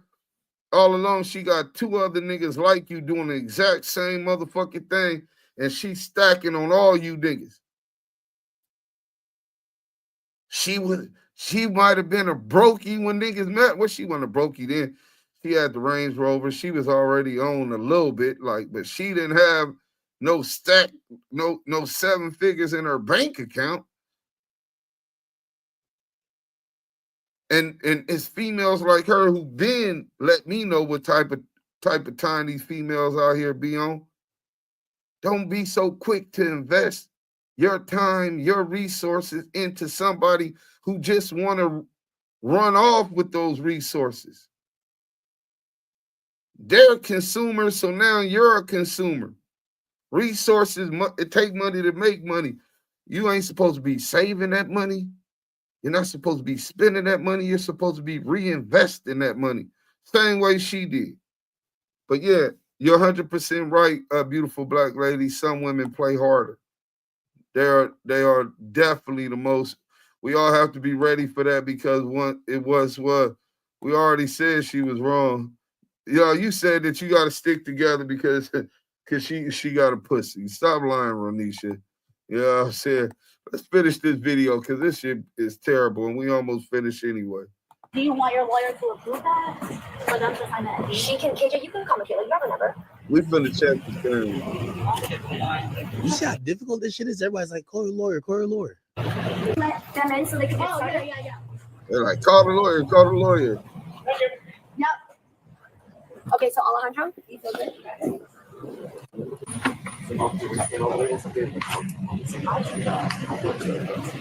It's definitely money over bitch. Oh, it would have been that's within the back end.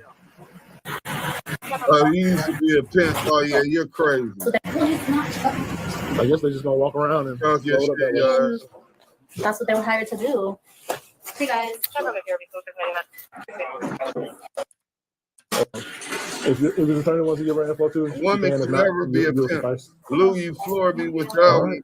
So I thought. Deuces and line is not hard when your chances are 1 out of 10. O says 1 out of 6. I can't get out. You go hold, not bro. These niggas don't work for a moving company. These are old regular YNs right here. What the fuck? I see why Geezy had so many people at his house waiting. Jeannie Mai was about to pull up with YNs to rob this nigga, man. These niggas don't work for no fucking moving company. Look at these niggas.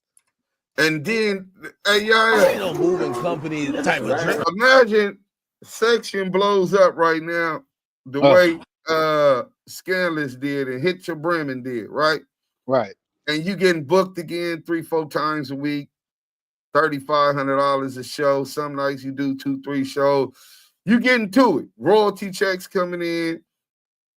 You getting 6-figure royalty checks, right? Your equity up.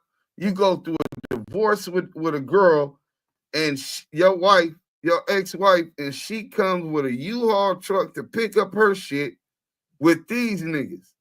Nigga got on hoodies. She done brought these niggas to your mansion, bro, so that they know where you live. This ain't a moving company. You're a millionaire now, right? Oh, yeah. And now they know, yeah. You better be on your D's and C's, your D's and K's, your Damu Kiwe. Man, he already knew what time it was.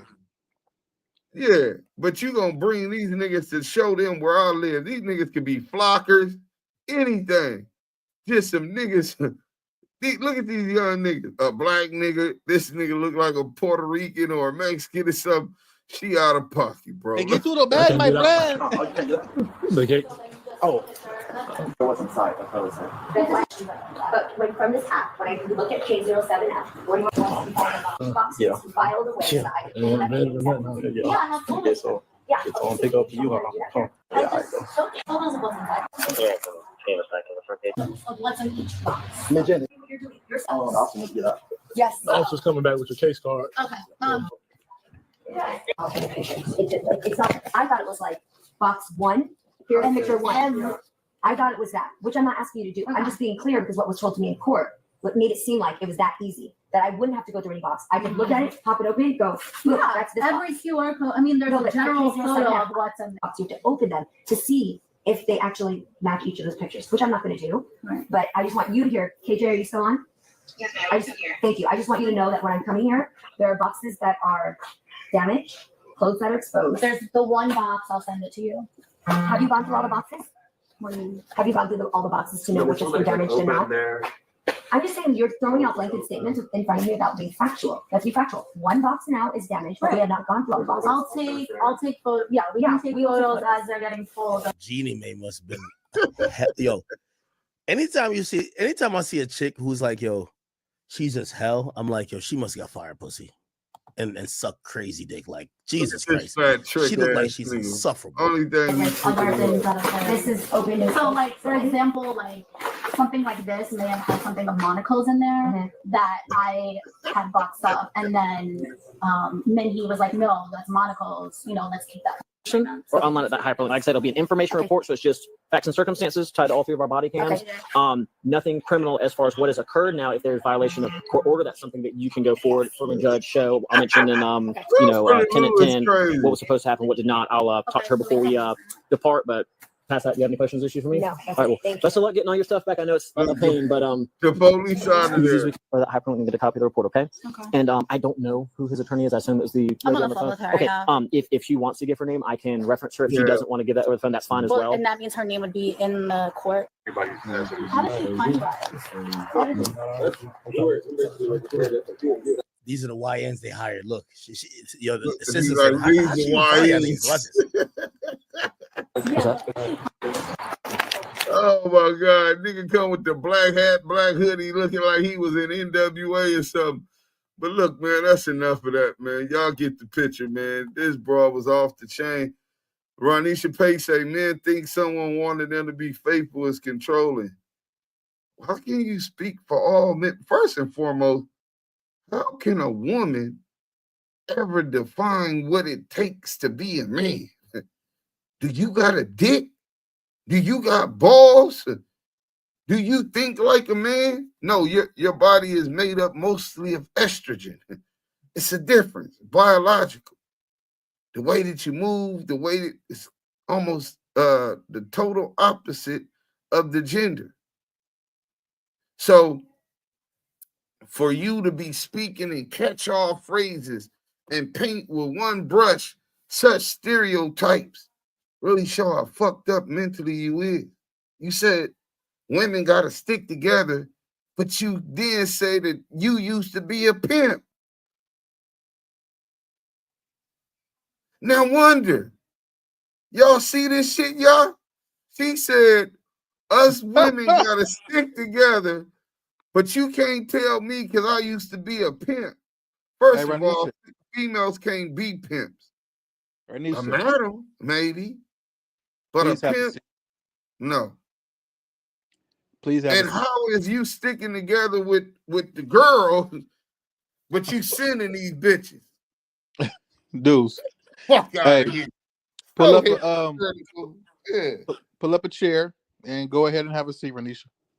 No, I'm glad she talking. They Lou said, Renisha, it'll be okay. Twisted by me. How come it's always the man's fault? Never the woman. It's 2 sides to a nickel. Look at Ronisha. Coming home at night is controlling. Paying bills they use is controlling. Many men are controlled by their penis. But I think for myself, you're right. Many men are controlled by their penis, Ronisha. You're right. Not me. Pussy come dime a dozen. I did 10 years in the feds, 8 years in the state. I jacked this motherfucker off before I let a bitch control me. Yeah, I'm saying that's what ain't gonna happen. If a female's controlling me, it's because I love her and I'm allowing her to control and have influence on my action. I'm trying to show her my love until it's no longer worth it. Trust and believe that. You know what I'm saying? If we all get used, being used is not a problem. It's when somebody misuse or abuse you that the problem comes in. You know what I'm saying? I'm using Yael right now. Hey man. Yael, your genius, your voices, your entertainment capability. Hey man, I'm using you, but you're gonna get a percentage of this money that I gotta hope is worth it so we can continue this, me using you and then you using me to make sure that that money coming, that I bring what I bring to the table and it comes together. You happy, right? Yeah. And I'm happy, right? So hey, ain't nothing wrong with using each other. But if I misuse him or abuse that friendship, that trust, that relationship, that's when it becomes a problem. We don't got that. Now that's what Geezy ended up with. Man, horrible. You see the word horror and then a bow? Break that down, Renisha. Horrible. Whore abiding in the ability to use what she have to get what she want and control the one that is in question. Ronisha, beautiful black lady, said, Ronisha, where you from? She trying to get with her. Facts to God tell you it should be accountability on both sides. Nah. Chill out. Because a lot of people that say stuff like that, bro, they don't hold accountable nor themselves. See, hey, that's a whole nother thing. Which one of you women, see, this is that whataboutism, right? Come on, well, what about me? We talking about Jeannie Mai and the decision young Geezy made by bad decision by choosing her. And we all take a chance. You know what I'm saying? Any relationship you get in, obviously motherfuckers be on their best behavior when you first meet them. Everybody hit that like button if you're just coming in. And it's a chance. It could be successful, it could be a failure, or it could be somewhere in between. All relationships aren't total failures. You know what I'm saying? You can have 10, 20 years of success working with each other, share some of your best times and shit sour, right? But when we talking about Jeannie Mai, why is the first thing y'all do is whataboutism? But men don't hold themselves accountable. It should be 2 times accountable, deflecting from the focus of the conversation. We know you're not going to be held accountable or hold yourself accountable because you already trying to find a way to deflect from her being held accountable for this shit we just seen. Now you want to see accountability, you want to see growth, you want to see feminism, you want to see female strength. We're going to go to this rat nigga Gucci, man. The Gucci you guys are seeing today, that's the Gucci I've met.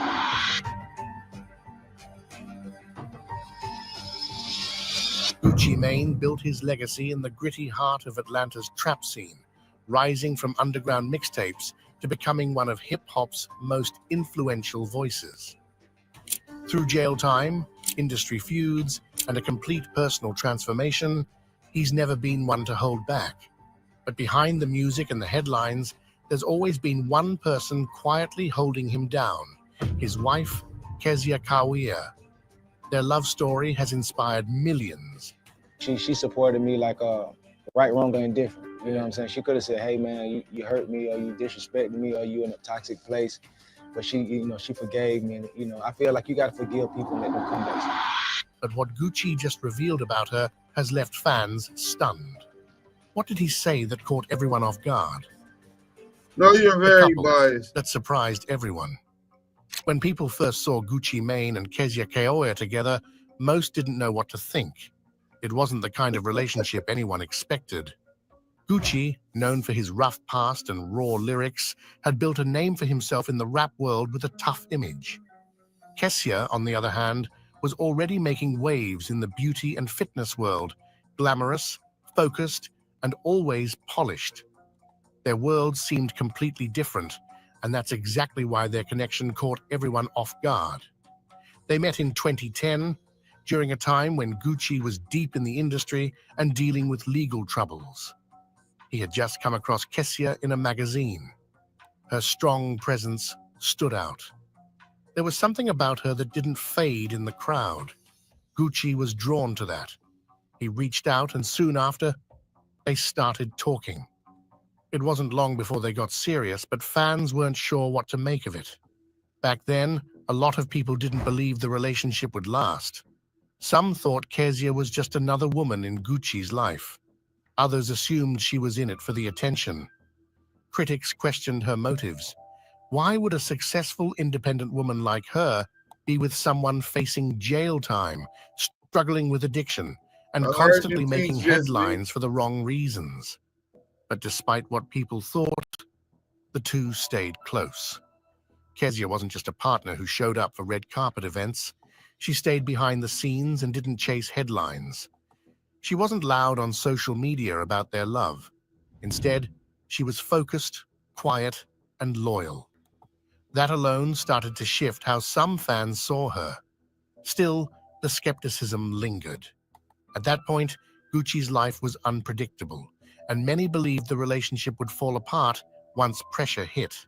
But over time, what people expected to be a short-lived fling started to look like something more serious.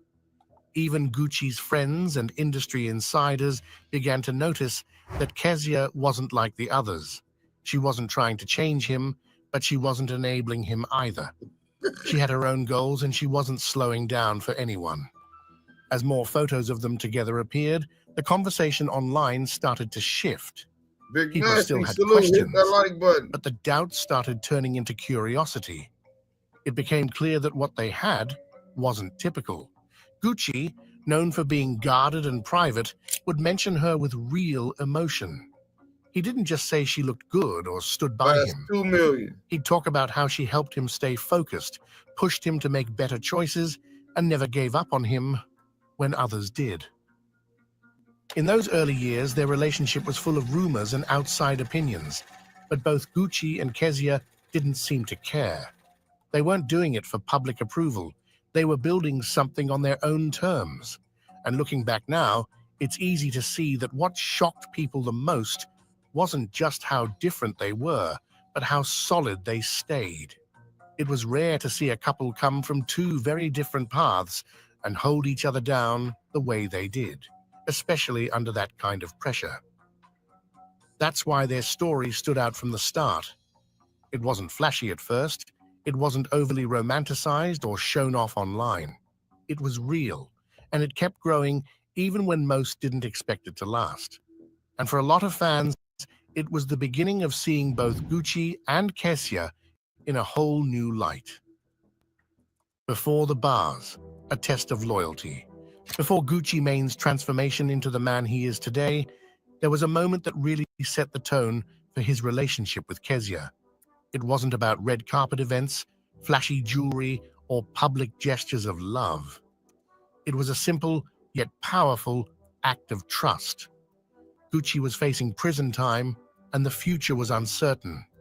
But despite everything going on in his life, he made a move that would end up speaking volumes about his faith in Keyshia and her faith in him. In 2014, Gucci found himself locked up. The rapper had been battling legal issues for years, but this time it was different. He was sent to prison for nearly 2 years, and the situation didn't look promising. There was talk of him being out of the music scene for good, and fans worried about his mental and physical well-being. But Keyshia, who was building her own brand by then, didn't just leave his side when things got tough. She stepped up in a way that completely changed how people saw their relationship. Gucci, who had always been the one to provide for others, did something unexpected before his prison sentence. He gave Keyshia a hefty sum, $2 million. It wasn't just a financial gift, it was a test of loyalty, a way to see if she was in this for the right reasons. Yeah, Gucci knew boyfriend, that with everything he was about to face, it was hard to trust anyone, and he needed someone who would stand by him no matter what. Keyshia's response to that test would ultimately show just how committed she was. Most people thought Keyshia... Well, look, this is sad, right? I said Binky Mac, that's why No relationship she has will have balance enough to survive the test of time. Too scarred. Look what she put. Active. I have a boyfriend. I just don't want him. yeah, it's called quality, right? And remember, I said the test of time. It won't happen because there's a chemical imbalance in your mind, the way that you think. There's scars that you're still living with that you haven't healed. So until you heal properly and learn to love and accept yourself for who you are, you can never love another the way that they deserve to be loved. You're incapable of doing so at this point. Until you change the way that you think, until you heal first, till you start loving who you become. And you don't have to look for nobody. Somebody's going to find you because that's the energy that you will radiate. And somebody's going to want to be around that for the rest of their life. You don't seem capable of exuding that type of energy, that feminine energy. Let's go. Keyshia would take the money and run. After all, Gucci was going to prison. The man who had been her partner through thick and thin was now facing serious time behind bars. But that's not what happened. Instead of spending the money on herself or splurging on luxury items, Keyshia did something that proved her loyalty and business savvy. She didn't just hold on to the money, she built something with it. Keyshia invested the $2 million into her own future. She expanded her business empire, and by the time Gucci got out of prison, she had turned that money into a solid foundation. It wasn't about flashy cars or designer bags. It was about building something that would last. She put her focus into her brand, focusing on her cosmetics line and fitness business, things that were already important to her before Gucci's troubles. While most people expected Keyshia to fade into the background during Gucci's time in prison, she showed the world a different side of herself. She wasn't just standing by her man for the sake of it, she was building her own future, a future that would keep them both moving forward. Gucci, who had always been protective of Keyshia, saw that she was more than just a loyal partner. She was a businesswoman with ambition, drive, and a clear sense of purpose. This move silenced the critics who doubted Kezia's intentions. When Gucci came out of prison, he didn't just have his life back, he had a woman who was stronger, smarter, and more successful than ever. And it wasn't just a coincidence. Keyshia had put in the work while he was away. Her decision to turn the $2 million into something meaningful was a statement to everyone, including Gucci, that she was in this for the long haul. It wasn't about money or status, it was about loyalty, vision, and building something real together. When Gucci returned, he wasn't just coming back to a woman who had stayed loyal, he was coming back to a woman who had proved herself, both in business and in life. That $2 million, which many thought would be wasted, ended up being a powerful symbol of their partnership. For Gucci, it wasn't just about being grateful for Kezia's loyalty. It was about realizing that he had someone who could handle anything that came their way. She was his partner in every sense of the word, not just in love, but in business and life. And that, in the end, made all the difference. Business, beauty, and brains. Keyshia Ka'oir was never just the woman standing by Gucci Mane's side. Long before their relationship became public, she had already built her own empire. A successful entrepreneur, fitness mogul, and beauty entrepreneur, Keyshia was a force to be reckoned with. And despite many people's assumptions that she was just another woman looking for a rich... Hit that like. Is that she was another woman looking for a rich man to take care of her. Look what Lou said. That's crazy. That's the difference with her and Jenny. She was a go-getter. Jenny needed her man to provide for her. See, it's a difference, and a man is supposed to provide, but y'all supposed to be a team. So the main thing is to win the championship. We're gonna do this together. I'm gonna do everything I can do to help you. You're gonna do everything you could do to help me, And we're going to comfort each other along it. When you fall, I'm going to pick you up. When I fall, you're going to pick me up. That's the couple. That's a relationship. It's y'all building within this world against everything else out there. Right? That's the goal.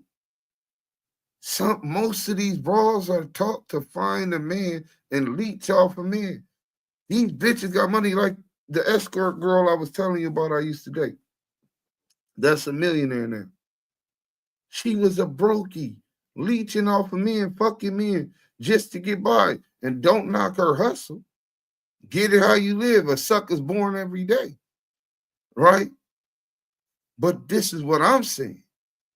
How many of those men, if she would have stayed with them, they would have been farther ahead, and she would have been farther ahead than she was right now had she really thugged it out with one of them dudes. Because obviously, if they getting dough like that, they already winning. But there's levels to this shit. It's next levels to this shit. And you're right, bro. These are polar opposites relationships. And this is what you could get. You could get somebody like Jeannie Mai, or you could get somebody like Keyshia Kaora. It's up to you, bro. If you ain't got a Keyshia Kaora in your household or that you fucking on, you just fucking on her, you need to get her up out of there. If you got a Jeannie Mai, you need to get the fuck away from her, bro. We got one life. One life. The decisions you make today going to determine your tomorrows, bro. Let's finish listening to this story, because this story should get highlighted more. Even though I just learned that Gucci's a rat, or that he dry snitched or whatever on the boy Geezy. This relationship is what it's all about. Let's go. Partner to ride on his coattails, she proved that her success wasn't the result of luck. It was the result of hard work, vision, and smart business moves. When Keyshia first entered the public eye, it was through her fitness journey and her work as a model. She quickly gained attention for her stunning looks and toned physique. But what most people didn't realize at the time was that Keyshia wasn't just about appearances. She had a clear vision for her future. Keyshia wasn't the type to wait around for her partner's success to define her. She understood that to build something lasting, she had to make her own mark. By the time she met Gucci, Keyshia had already started laying the groundwork for her career. Her cosmetics line, Keyshia Cosmetics, was already beginning to grow, offering a range of bold, vibrant lipsticks and beauty products that stood out in an overcrowded market. While many thought of her as just another model with a pretty face, Keyshia was busy turning her passion for beauty into a thriving business. What really set her apart from others in the industry was her ability to capitalize on her personal brand. Keyshia was never just selling products, she was selling an image, a lifestyle that resonated with her audience. She was smart about using social media to grow her presence, leveraging Instagram to showcase her products, while also sharing snippets of her life and fitness journey. She was not just a businesswoman, she was a marketer who understood how to connect with her fans and customers in an authentic way. As her business grew, so did her reputation. She built Keyshia Cosmetics into a successful brand that reached people far beyond the beauty world. Her commitment to excellence and her refusal to settle for anything less than the best made her a role model for many aspiring entrepreneurs. But while people were starting to recognize her for her entrepreneurial skills, there were still those who questioned whether she was truly a businesswoman or just a lucky woman in the right place at the right time. Some fans and critics labeled her as the gold digger who struck it rich by dating a wealthy rapper. They didn't see her hard work or the fact that Keyshia had been building her brand long before she and Gucci became an item. Gucci, however, was one of the few people who didn't need to question Keyshia's business acumen. He knew firsthand that Keyshia was not just a woman who got lucky. She was driven, focused, and relentless in her pursuit of success. He had watched her build her empire, and he admired the way she handled business. In many ways, Gucci and Kezia's relationship was built on mutual respect, not just for each other as partners, but as individuals who both brought something valuable to the table. While Gucci was dealing with his own battles and career setbacks, Keyshia was out there securing her own future. And he saw that. For Gucci, this was more than just admiration. It was a lesson in perseverance and ambition. Watching Kezia thrive while he dealt with his legal battles and personal struggles made him realize that he had found someone who wasn't just a part of his life, but was shaping her own future independently. And that made all the difference. Release and rise, Gucci's transformation. Gucci Mane's release from prison in 2016 marked more than just the return of a famous rapper. It symbolized a new chapter in his life. The man who had been locked away for nearly 2 years wasn't the same one who had gone in. He had physically and emotionally transformed, and much of that transformation could be credited to the woman who had been by his side through it all, Kezia Kawaya. When Gucci stepped out of prison, he was noticeably different. Gone were the tattoos that had once covered his face and neck, and the prison weight he had carried for so long was now replaced by a leaner, healthier physique. He had shed the old Gucci image, both literally and figuratively. And it wasn't just his body that had changed. Gucci was in a different headspace altogether. He was clear-headed, focused, and more committed to his career and personal life than ever before. What many people didn't realize, though, was that much of Gucci's newfound clarity and strength could be traced directly back to Kezia.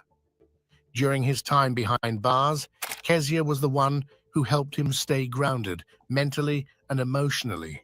She visited him, stayed in constant contact, and made sure he knew she was there for him no matter what. But she did more than that. Kezia was instrumental in keeping Gucci's health in check, both physically and mentally.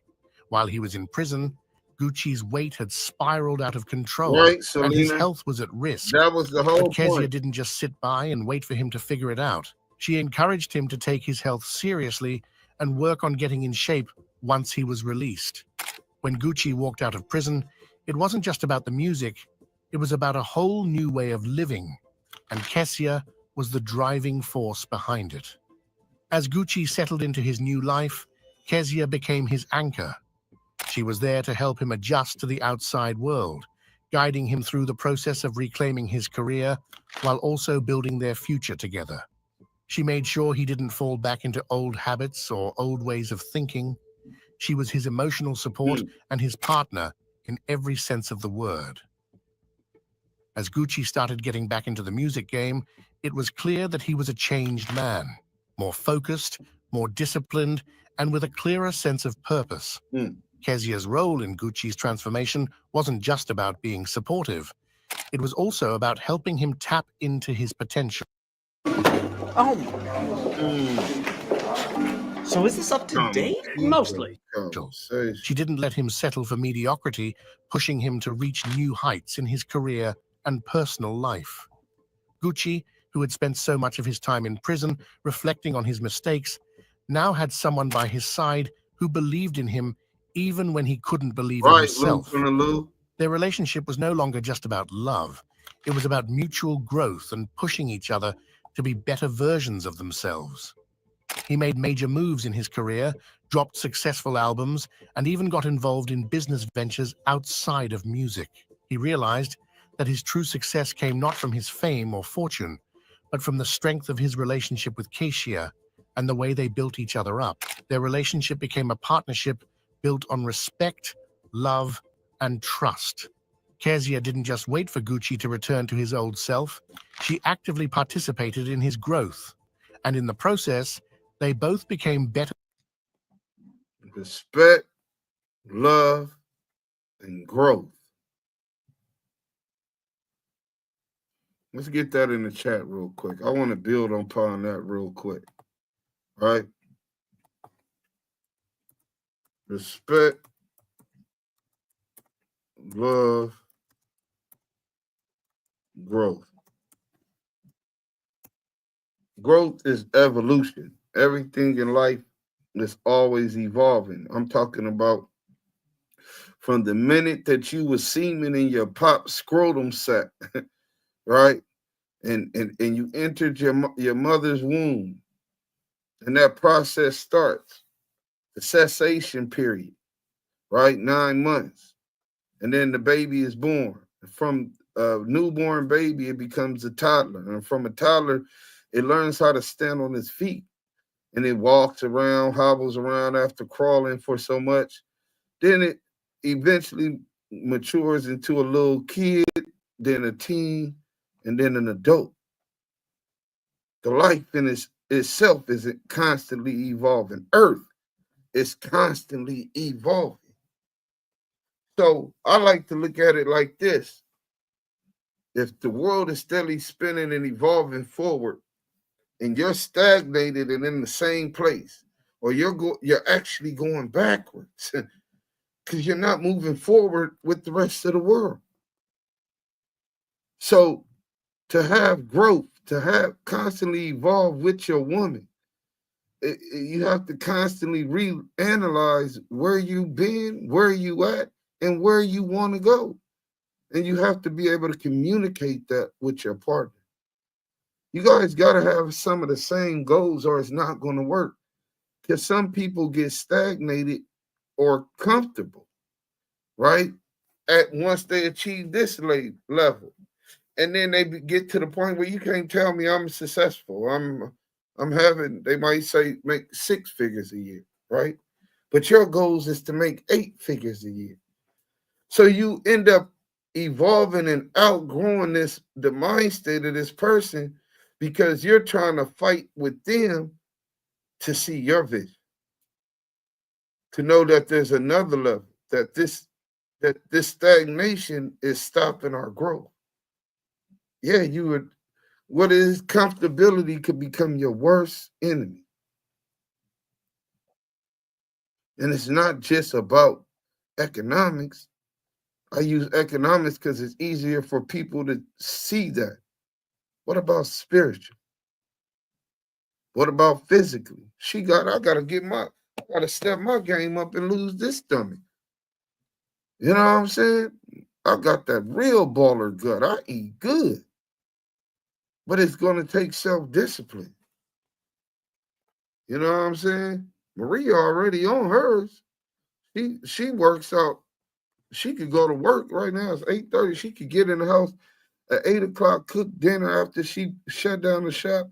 And at 12 o'clock at night, she gonna bust down. You know what I'm saying? They were each other's backbone. I think I love her. Gucci, you don't love me. The song. Respect, growth, love. Respect, love, growth, love. Miss Davis by Gucci is my favorite from Gucci. Lou, you don't know about that writing on the wall, Chicken Talk, State versus Roderick Davis. Hey, Lou, I still bang that all Gucci old shit. My 13-year-old daughter know damn near all his albums word for word. That's my shit. I bump hard. Deuce cooking tonight. And then females, right? I'm going to send you some KR products. Just kidding, dude. Shut up, Selena. Belina. So, no. Then you got females. Look at what Keyshia did, right? They say that woman was made, God made woman from Adam's rib. Eve was made from Adam's rib. Well, what is a rib? A rib is part of the bone structure, the frame of a man that protects all of his most vital organs, vulnerability, has access to all of his vulnerability. You understand what I'm saying? Those ribs help a man have and stand up to his full potential and reach his best of heights. That's what this woman Keyshia was for Gucci Mane when he needed it. He didn't understand how great and how much potential he had. She seen it in him probably before he did. But he understood her greatness also. And he knew that she was trustworthy. Nobody, that niggas like, why would he give her $2 million? Most bitches would have ran off with it. He knew and was willing to bet that he understood what type of woman that she was trustworthy, that she understood the assignment, that she was goal orientated, that she was business savvy, that she had ambitions and goals, and that she wanted him to be with her. See, this is when you know a woman is yours. First of all, that woman is going to choose you to be in your kingdom, right? And she realizes that it's only your kingdom that makes her happy. If she can't be the queen in your kingdom, she don't want to be in no other kingdom. You understand what I'm saying? And a man understands that if I come in my castle and I can't get peace in my home, and every time as a black man I go out this door and you're nagging, you're fighting, we're arguing, every time I come here and it's no longer a place of peace, well, this isn't my castle. And I'm no longer king in this kingdom. It's time for me to move on. Sometimes it be delayed, but ultimately, that's what's going to happen naturally. That's just the natural way of things. I hope that y'all see the polar opposites of Jeannie Mai and Keyshia Kaor and the decisions that you brothers make when y'all lay down with these females. Because it's really up to you. You can look at all of these Miami and all of these other slutty bras out here, Sexy Red. And if you believe that that's for you, hey man, I wish you the best. Y'all niggas look for a piece of ass, some good pussy, some head. That shit come a dime a dozen, bro. I mean, a dime a dozen. Literally. It has to be more there for it to have longevity, for it to have meaning and purpose. And before we can fix our community, it all starts with self and it starts in the home. Let's finish this video, man. And then we're going to end this live after we check everybody out. It's 8 more minutes. With 7 versions of themselves, fame, marriage, and the critics. As their bond grew stronger, it quickly became a fixture in the media, with fans and critics alike offering their 2 cents about the couple. Their relationship, though beautiful and powerful, wasn't immune to the usual gossip and rumors that surrounded famous couples. And when Gucci and Keyshia tied the knot in 2017, their wedding became an event that the world was watching. And with it came an entire storm of backlash and accusations. The media's focus on their relationship was unrelenting. Gucci had already made waves with his physical transformation, but his marriage to Keyshia added another layer of scrutiny. Fans were quick to pick apart every aspect of their union, wondering if it was real or if it was just for show. And it didn't take long for the whispers to begin. The accusations came fast and furious. Keyshia was labeled once again a gold digger by many who believed she had married Gucci for his wealth and fame. The idea that Keyshia might have had her own success or ambitions was completely ignored by those who wanted to paint their relationship as something shallow.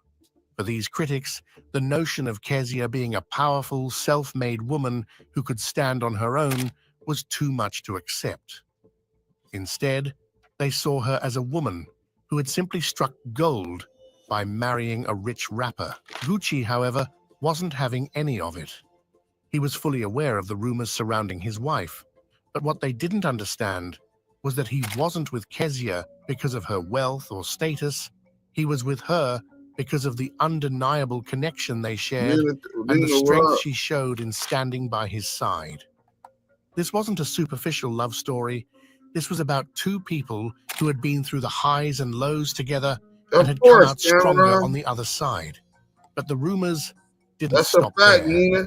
As the couple's fame grew, so did the critics, who continued to question the authenticity of their love. Some wondered if their marriage was a publicity stunt designed to boost Gucci's image after his release from prison. Others thought it was simply a matter of Keyshia using Gucci to further her career. The accusations of a fake marriage or business-driven union came from all sides, but neither Gucci nor Keyshia seemed fazed. The tension surrounding their relationship only grew as they became more public. Keyshia, who had been working hard to build her empire, now found herself in the spotlight for a completely different reason. She wasn't just an entrepreneur anymore, she was Gucci Mane's wife, and that label carried its own set of challenges. Many people who had initially supported her now began to question her intentions, wondering if she had sold out by tying herself to such a high-profile figure. But it became increasingly apparent that Gucci's feelings for Keyshia went far beyond any public relations benefit. He was protective of her, and when people questioned her character, he was quick to defend her. Through all the media speculation and the constant public scrutiny, Gucci and Kezia's relationship had endured because it was founded on genuine love and mutual respect. Gucci knew that the negativity surrounding their marriage was just noise. His true feelings for Keyshia were clear, and he didn't need to prove anything to anyone, but he recently spoke up. Gucci breaks his silence. The moment had finally come. After years of public speculation, criticisms, and accusations, Gucci Mane speaks up about his wife Keyshia Ka'oir, and fans are speechless. The world had watched as their relationship had blossomed, but many still couldn't grasp the depth of their bond.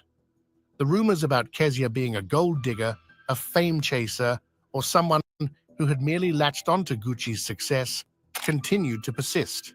But Gucci, ever the protector, had had enough.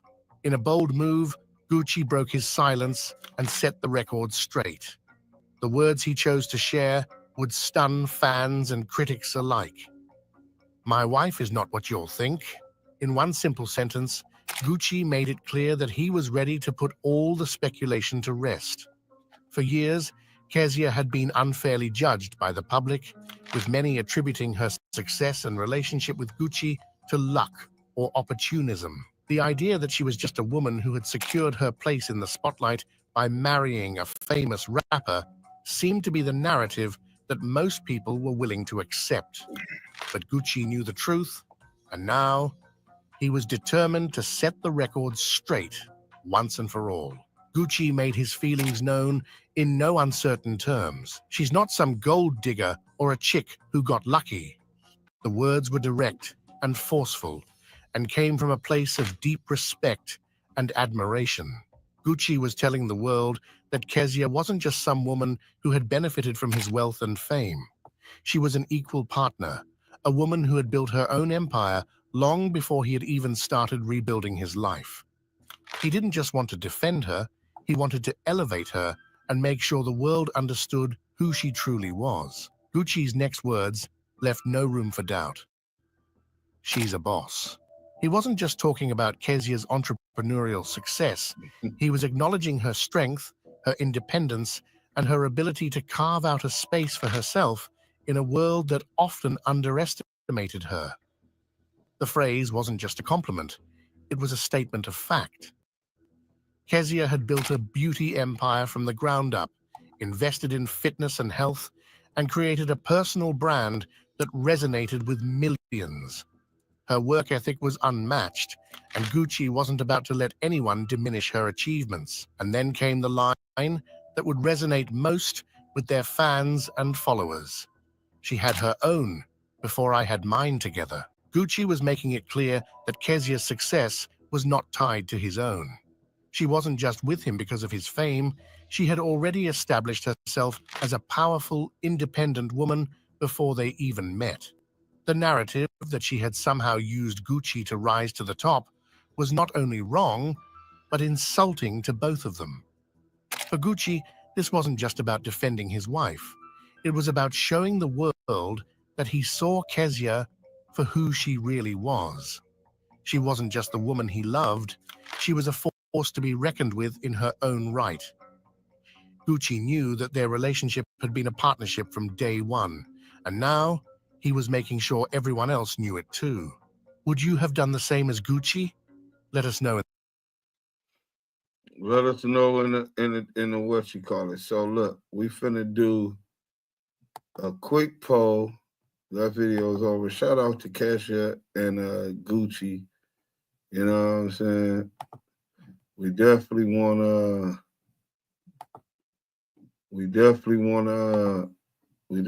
get it. Let me see what was that last poll looking like. Do black men get successful and pick fake ass women? 80% say yeah, 20% say no. We're gonna end that poll. You know what I'm saying? And we're gonna start another poll before we end this. It ain't gonna be that long. For do you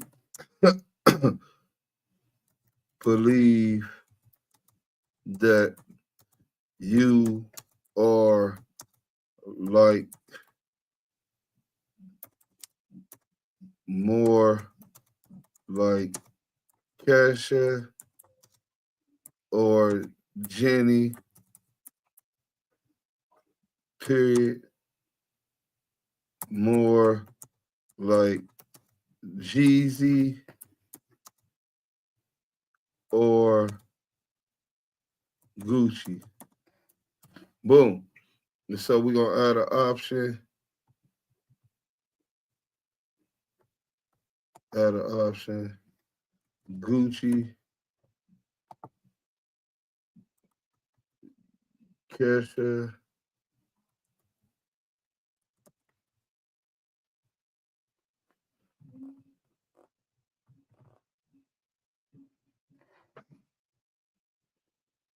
they only let me do that one. Damn, I can't do that one. Okay. Let me see. That's how we're gonna do it.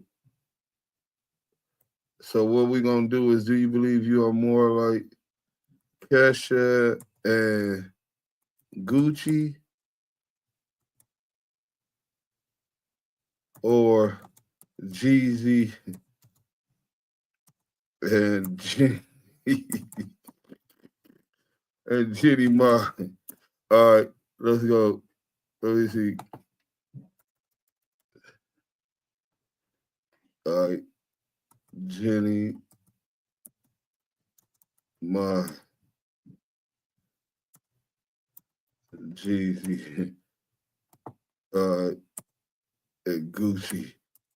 All right, let's get to this. Let's see what's up with this. What's up with this poll? Y'all tell me what y'all think. What y'all voting for? That's the type of time I'm on. What value can I add to your life? Third option, Luce and Sharice. Lou for Lou is on bullshit. Neither, I'm just me. No, I'm talking about as far as the personality. It's only two, right? It's two totally different types. You had Jeezy. He see Jeannie Mai. He see, okay, that's Arm Candy. Okay, she got the little reality TV show with these other girls called The Real, and her own little YouTube or whatever she was doing, vlogger or whatever she was doing, and more Arm Candy, and didn't look deeper into the values. And she didn't look deeper into the values, the core values that we were talking about, right? And then you got Keyshia and Gucci, who both were attracted to each other, and as time has shown us thus far, those values have helped them to become successful, get in a good space, both physically, financially, spiritually, right? So which one are you closer to? It's only two. You can't say I'm like myself. You're going to have to fall into one of those. You know what I'm saying? Ideology. I'm with you on that, Peach. I invest in houses. I'm building my empire as we speak. Yeah, but we're talking about as far as relationships.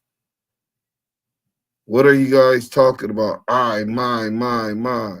You too, peace, just me. Neither. I'm just me. We're not talking about that. Kid the Barber, salute to you. Been with mine for 26 years now. But you didn't say nothing about which one you closer to. I want to hear y'all vote. Definitely a little Keyshia. I'm a work in progress. All of us are work in progress. Pray for me.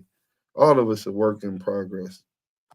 You know what I'm saying? 26, even myself, even Yael, we're all work in progress. We every day.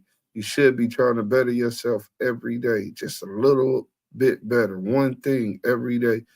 26 years, big salute. Yeah, that's a fact.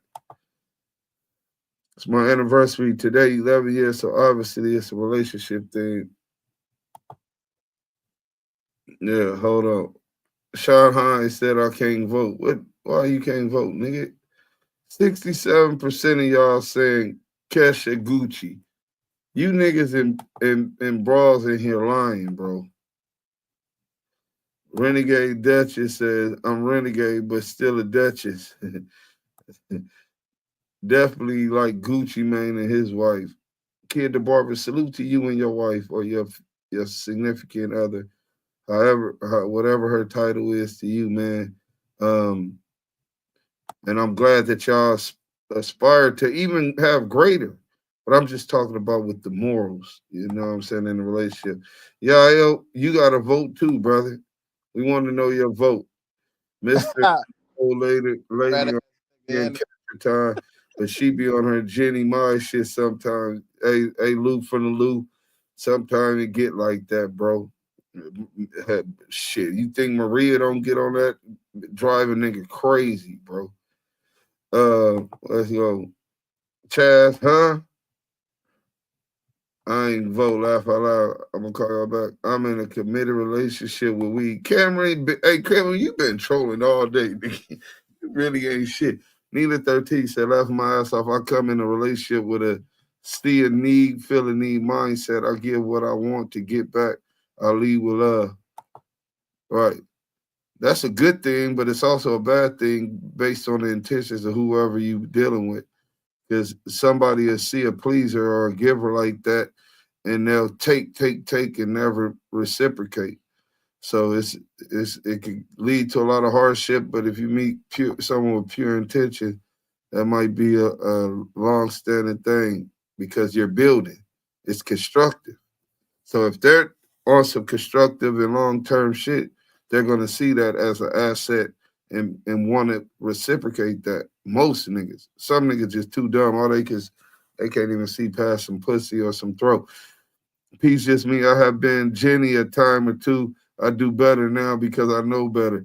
Hey, peace just me. You ain't shit. But at least you being honest. Listen, admitting that a problem exists is the first step. You know what I'm saying? To better yourself. So I can't put you down.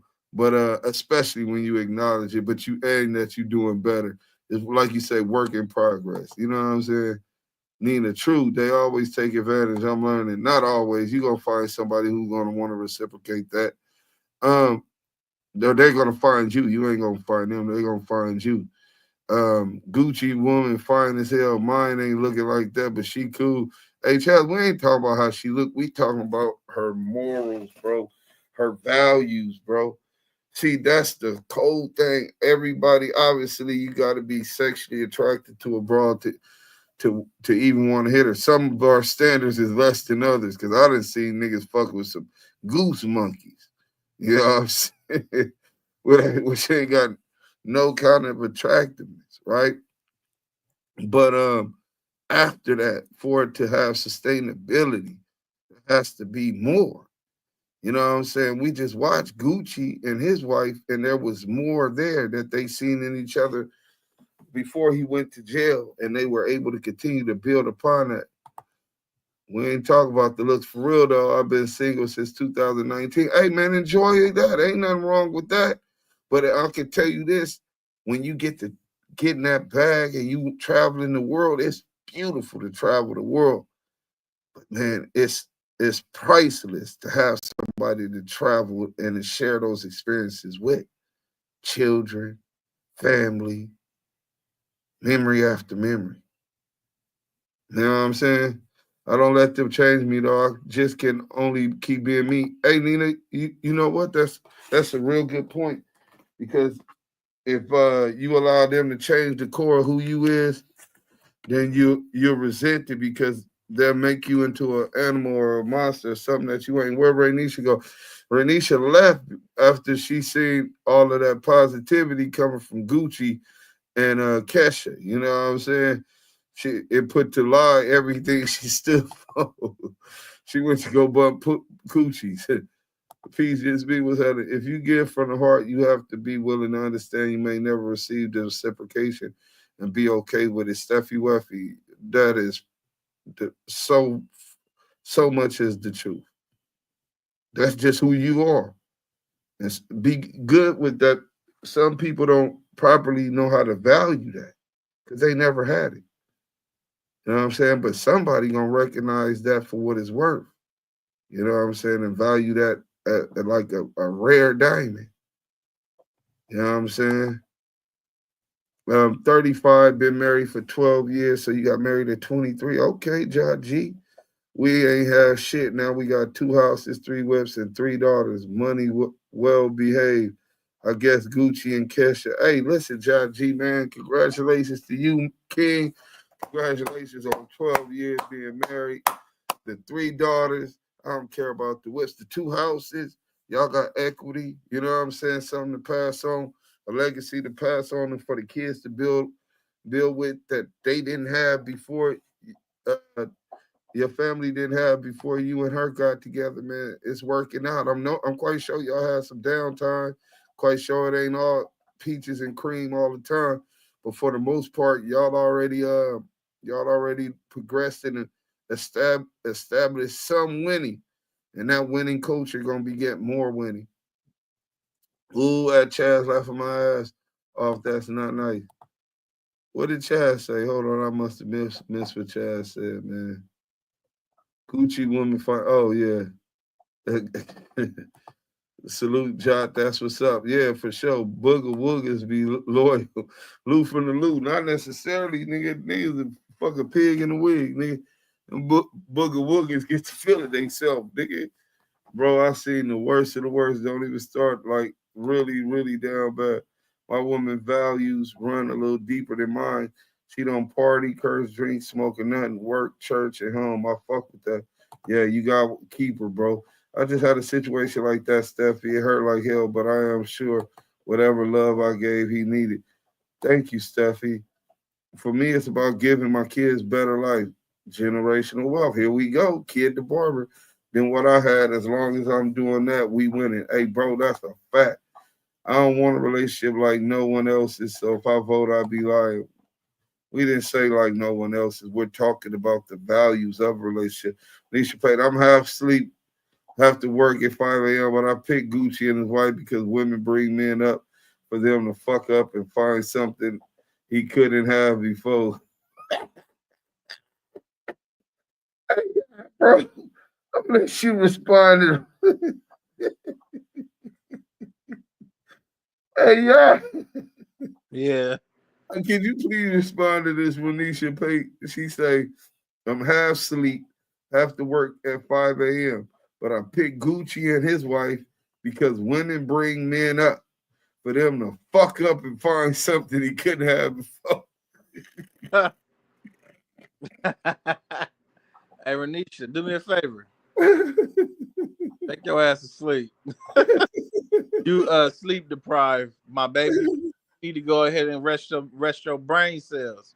Go ahead and rest them little cells of yours, because we don't want you overexerting them. You having to be up at 5 a.m. and all, you know. But at any rate, I didn't vote, man. Respectfully, fuck that rat ass nigga in this relationship. Nina, but I understand more than you know. Of what you're saying though, Deuce, like the whole concept of a relationship built off of that is a beautiful thing. I would love that. That's why, you know, for me, and my pursuit of happiness, especially when it comes to a counterpart, she has to understand what's the dangers of what the world has shaped women's mindset in this new society, because this is a new era, right? The old way is still alive, but yet it's lied dormant in women that are not exercising it, nor or those are women that are teaching the young girls under them how to be this way, right? But there are women out here who want that and who can display that. So we're moving into a new generation to where, not just because of the streets, but because of the jail system, because of homosexuality, the women are outpopulating the men. They're outpopulating the men at a high number. We're going into a state, we're going to be in a state of where polygamy is going to be at an all-time high in the near future. If you quote this now, you quote me now, I'm telling you, polygamy is going to be at an all-time high in the near future because of the way women are thinking nowadays. A lot of women they're coming with this masculine mindset. They're pushing the agenda of being okay with bi-curious and same-sex men. Guess what? That's going to leave a lot of good women single. And what they're going to do, they're going to attach themselves to good men that have women already. And who's going to be behind it? The women that are pushing this agenda. Mark my words, it will happen. And all those who say, "Oh, I will never share," you're going to share. You're going to share because you don't know how to be a woman and think for yourself.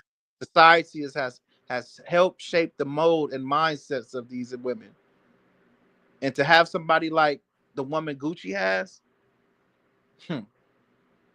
that type of woman that can invest and flip, even her, they're going to be women, her friends, maybe people that she probably never met, seeing how their relationship is, or they're seeing how she is as a woman to this man and want to attach themselves to it. So me, I'm focusing on myself, my career, and I'm building myself up, because when that day comes, man, the Kiwe pop star told you. My boy Chad said, "I'm broke. My wife broke. Not faking the game, but we get along. 16 years married, 3 kids. Hey, Chad, do you pay all your rent and bills? You take care and provide a life for you and your kids? If you doing that, bro, you ain't broke. You don't know. Stop looking at what you don't got and be thankful for what you do got and make plans on how you're going to get more, bro. It's one day at a time. You know what I'm saying? You got 3 beautiful kids. Y'all been married 16 years. Y'all got something. That's a starting point, a hell of a starting point, man. I bet you pay them motherfucking bills or your ass will be homeless. You know what I'm saying? Real shit. I read I was in the comment, Deuce. She said, go ahead. Polygamy, though, we just don't do it right in the U.S. Of course not. They never teach us how to do the shit the right way in the U.S. You playing on my time for real, laugh out loud. You lucky I have to wind down because I would tell you about yourself. I don't bump coochie no more, even though I would like to. Yeah, I told you she was a carpet muncher. Jot G, right? Who over there eat? You know what? Ronisha Pate. Who? Ronisha Pate. I'm opening up the church doors of Yah. Thou shalt be fasting and laying of the hands. Did not say laying of the meats. It shall be laying of the hands. Real quick, before you start, bro, John G said something that I think is powerful. He said, "Right, Deuce, I got the game from my mama about women. My daddy told me don't trust them. But when I got with my wife, my daddy turned to a straight gun. I don't need to fuck up with her. Hey, don't fuck up with her." He knew he was a good one. Go ahead, bro. No, I'm listening to you, dude. No, that was just reading that one. I think that was a real good what you call it? I'm gonna call y'all back. That's true too. A pure heart sometimes gives and supports because they want to see you get ahead, and to guard their heart, they walk away so they won't be let down. But yeah, but Steffi Weffy, you gotta understand this, and I hope y'all get this. If you giving away, that's an old penitentiary game. If you're got a pure heart and you give, like we were talking about as far as give, you don't get upset when it doesn't go your way, because if you did that, then that means you gave with strings attached. You know what I'm saying? You didn't do that out of your heart. So you can't say a pure heart if you're giving with strings attached. If you want to see somebody with something, you want to see them with it. You know what I'm saying? These dudes are falling for the lies. I didn't know anything about their relationship, so I didn't have to say anything. I was reading the comments, and he obviously fucked up. So how does that help y'all case? We ain't got no case. And he didn't fuck up. You definitely ain't. Maybe let me know you illiterate too. You talk about you was reading the comments. What you mean he fucked up? That nigga did they doing the damn thing. They the hip hop version of Michelle Obama and Barack. What you mean? Dudes, you ain't see that meme going around? I think that's Michael. There ain't no damn Michael, bro. Bro, you know what's crazy? These people disrespected that man and his wife as much as anybody can, bro. That's definitely a woman. If you can't tell that those girls don't, especially Malia, looks identical to her, bro. A man can't conceive a child, homie. No, not that. Dude, I'm agreeing with you. A man cannot. Yeah, but I don't even like to murmur that, because that disrespect, first and foremost, a lot of it was deep-seated in racism. Barack Obama, first thing they said was that he wasn't even an American. Then they start saying, we don't know why the African Americans want to vote for this guy. He has no slave blood. I mean, this Rush Limbaugh. I mean, Michelle has slave blood, but Barack, he has no slave blood. You know what I'm saying? Like, how is a descendant from slave masters gonna do that? And then they call a woman a man. Man, they was. I'm never gonna find that funny. I was like, what the fuck?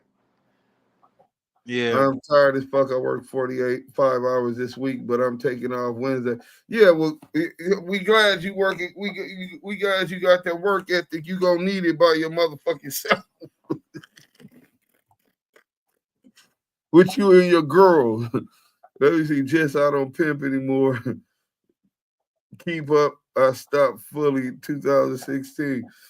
Hey, listen, Ronisha Payne, I'm talking. Oh, so now you just got up on the feminist movement. Okay, I'll give you that. Yeah, I don't want no bati boy.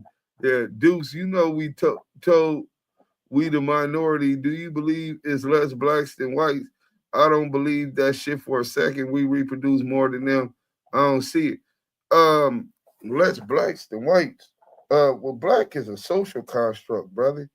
And then it doesn't even come to Jaji. It don't even come down to the numbers, because all skin folks ain't kin folks. You know what I'm saying? The fact of the matter is, a lot of people that look like us, mine have been broken mentally, like horses get broken with that slave mentality. So they're going to do more damage than helping us. You know what I'm saying? In any way moving forward. So what the numbers we really need to count on is how many of us are willing to sacrifice for economic independence. How many of us are willing to sacrifice for equality? And I don't care what race they are. We start with our own. You got to clean up your house first. We start with our own, those that identify as melanated beings. So I don't care about minority or majority. Numbers don't mean nothing. I was a blood. We always went against the numbers. You know what I'm saying? It ain't about the numbers. I'd rather have 5 riders against 25 busters or 50 busters. In the end, we might get stomped out, but for sure, we gonna do some damage before we get boobot and packed out. And niggas don't want that headache, trust me. Speaking of agenda, that thing right there, get rid of us black men, no more black babies. I agree with polygamy, though. We just don't do it right in the USA. Chad say for sure, 100. Laughing my ass off. You didn't hear y'all say women are cool with having a boy, man. That's a body boy, and I don't want no parts of that. That's right. Nina, you don't want no body boy. That's what Doechii said. Who is Doechii? Lou? Oh man, Doechii is that artist, bro. She got on there talking about if her dude, if the black man is not bi, she don't want him. If he's straight, that's weird or some shit like that. I'm like, what? This is the money is nothing but bio survival tickets. If they couldn't print no more, can you live off the land? I teach my girls to fish, swim, fight, shoot, and God, I'll be on that with my kids. Hey, Jaji, man, we gotta hang out. Jaji, where you at, man? See, that's what I'm on, bro. I fuck with that last statement right there, brother. Let me see. I stopped because of my spiritual beliefs. Oh my God, now this shit is crazy, man. Because I'm one with God. I'm one with God. Literally, Deuce, that's what I was saying. You don't be mad. You okay walking away.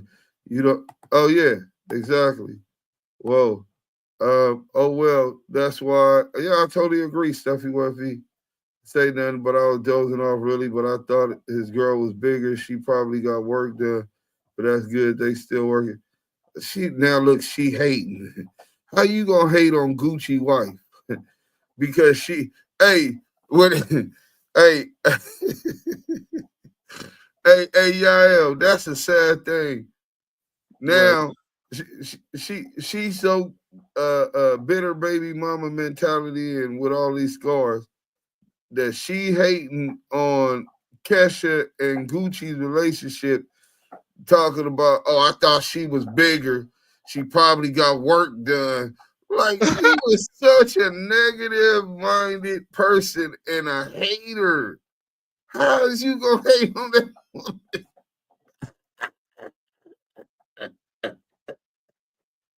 That's nasty work, bro. Self-hate is crazy, bro. Kershaw Grinder, me and my queen are a team. Whatever needs to be done gets done. I love her to death. Our children are successful and thriving. All praise is due to Allah. Law of white butter, law of white butter, law of white butter. Kershaw Grinder, salute to you, King. You and your queen, man. Y'all getting it done. His children are successful and thriving. Not living, thriving, which is a great indication that y'all raised them the right way, man. Thank you for your sacrifices, the time, and love that y'all invested into raising them to be successful and thriving. All praise be to the Most High, man. You damn right. You right, damn G. That's your signet. And me and girl like George and Wheezy, we moving on up with a bunch of white neighbors. Lou from the Lou on some bullshit today too, man. They be in there trolling. Sound like me. Beautiful black lady, I am back, fell asleep. Oh, I am back, fell asleep. This new age bullshit, bro. Nisha, that's sick. Mississippi, bro. All right, Mississippi. Damn, I ain't coming to Mississippi, my nigga, respectfully. And fuck Mississippi, man. You know what I'm saying? Salute to Mike B. Okay. Yeah, appreciate it, Chad. Yes, Doechii said straight men are a red flag for her because she prefers queer men. Oh, that's a broad. Yeah, when she fucked up, she probably fucked up mentally. Her balance is off, like Ronisha. How I'm hating, I thought the big thing about the girl had a big booty and was a stripper. I don't know how to hate. Nah, I think you got a lot of self-hate also. You know what I'm saying? Nina, she would die of the nasty man's disease with that mentality. Listen, I'm cool. Jaji, I'll be in Chicago, Cali, and Vegas. That's where we can hook up. Next time you're in Chicago, let me know ahead of time. DM me. And I'm only about an hour and a half from O'Hare. Cali and Vegas, too, if you're going out there. Vegas is my second home. Cali is my home. So I love to link up with you, bro. You know what I'm saying? I don't even drink like that, but we can smoke. You know what I'm saying? Might sip some champagne or something, man. You know what I'm saying? Eat some red. If we in Cali, we can eat some red snapper. You know what I'm saying? You know, they say Mississippi is nothing like other states think, bro, especially the very bottom of Mississippi. Phoenix, Arizona. Man, I hate Arizona too. Mississippi and Arizona, it ain't happening. I don't want nothing to do with Mississippi or Arizona. I beat through Arizona, but Arizona is too fucking hot. You think Vegas get hot? Arizona, and then even when it's only 80 degrees, it's like a oven, a furnace. It's just so dry. You know what I'm saying? I don't keep up with Gucci again. That's why I didn't say nothing. Not because I was hating or anything. I could care less. I'm sure he is cheating and keeping up the image. They probably have threesome. If they do that, then they happy. Why is you hating? He's really a hater. And I'm sure that he's cheating. How are you sure? Because he a man, right? And every man that you had then probably cheated on you. I can see why. And I can see why. I got people in Coldwater, Mississippi, and Jackson. The guy and tell you what up, laugh and don't do it. So look, we finna end this live and get to the next live. We got the content. We finna boom this room on Clubhouse, and then we finna get to this one. We ain't gonna make it that long, maybe an hour. Y'all, I see you the link right now, bro. All right. Let them know where they was at, though. Hey, man, listen, y'all was in one of the hottest lives on YouTube, man. Salute to Clubhouse. Salute to the YouTube live. Salute to the chat. Y'all know that's where it's at. Salute to the Blue Range Mob. Man, listen, y'all see it. Y'all know what it is. The hottest voices on the internet right now, bringing you the receipts, the authentic voices with Deuce M's, the Don, and Yael, the Kiwe pop star. Voices of the culture and the West Coast. Damu Kiwe Conversations. All right, we finna go live right now. Turn on y'all notifications. We out of here. We finna go live with the other content.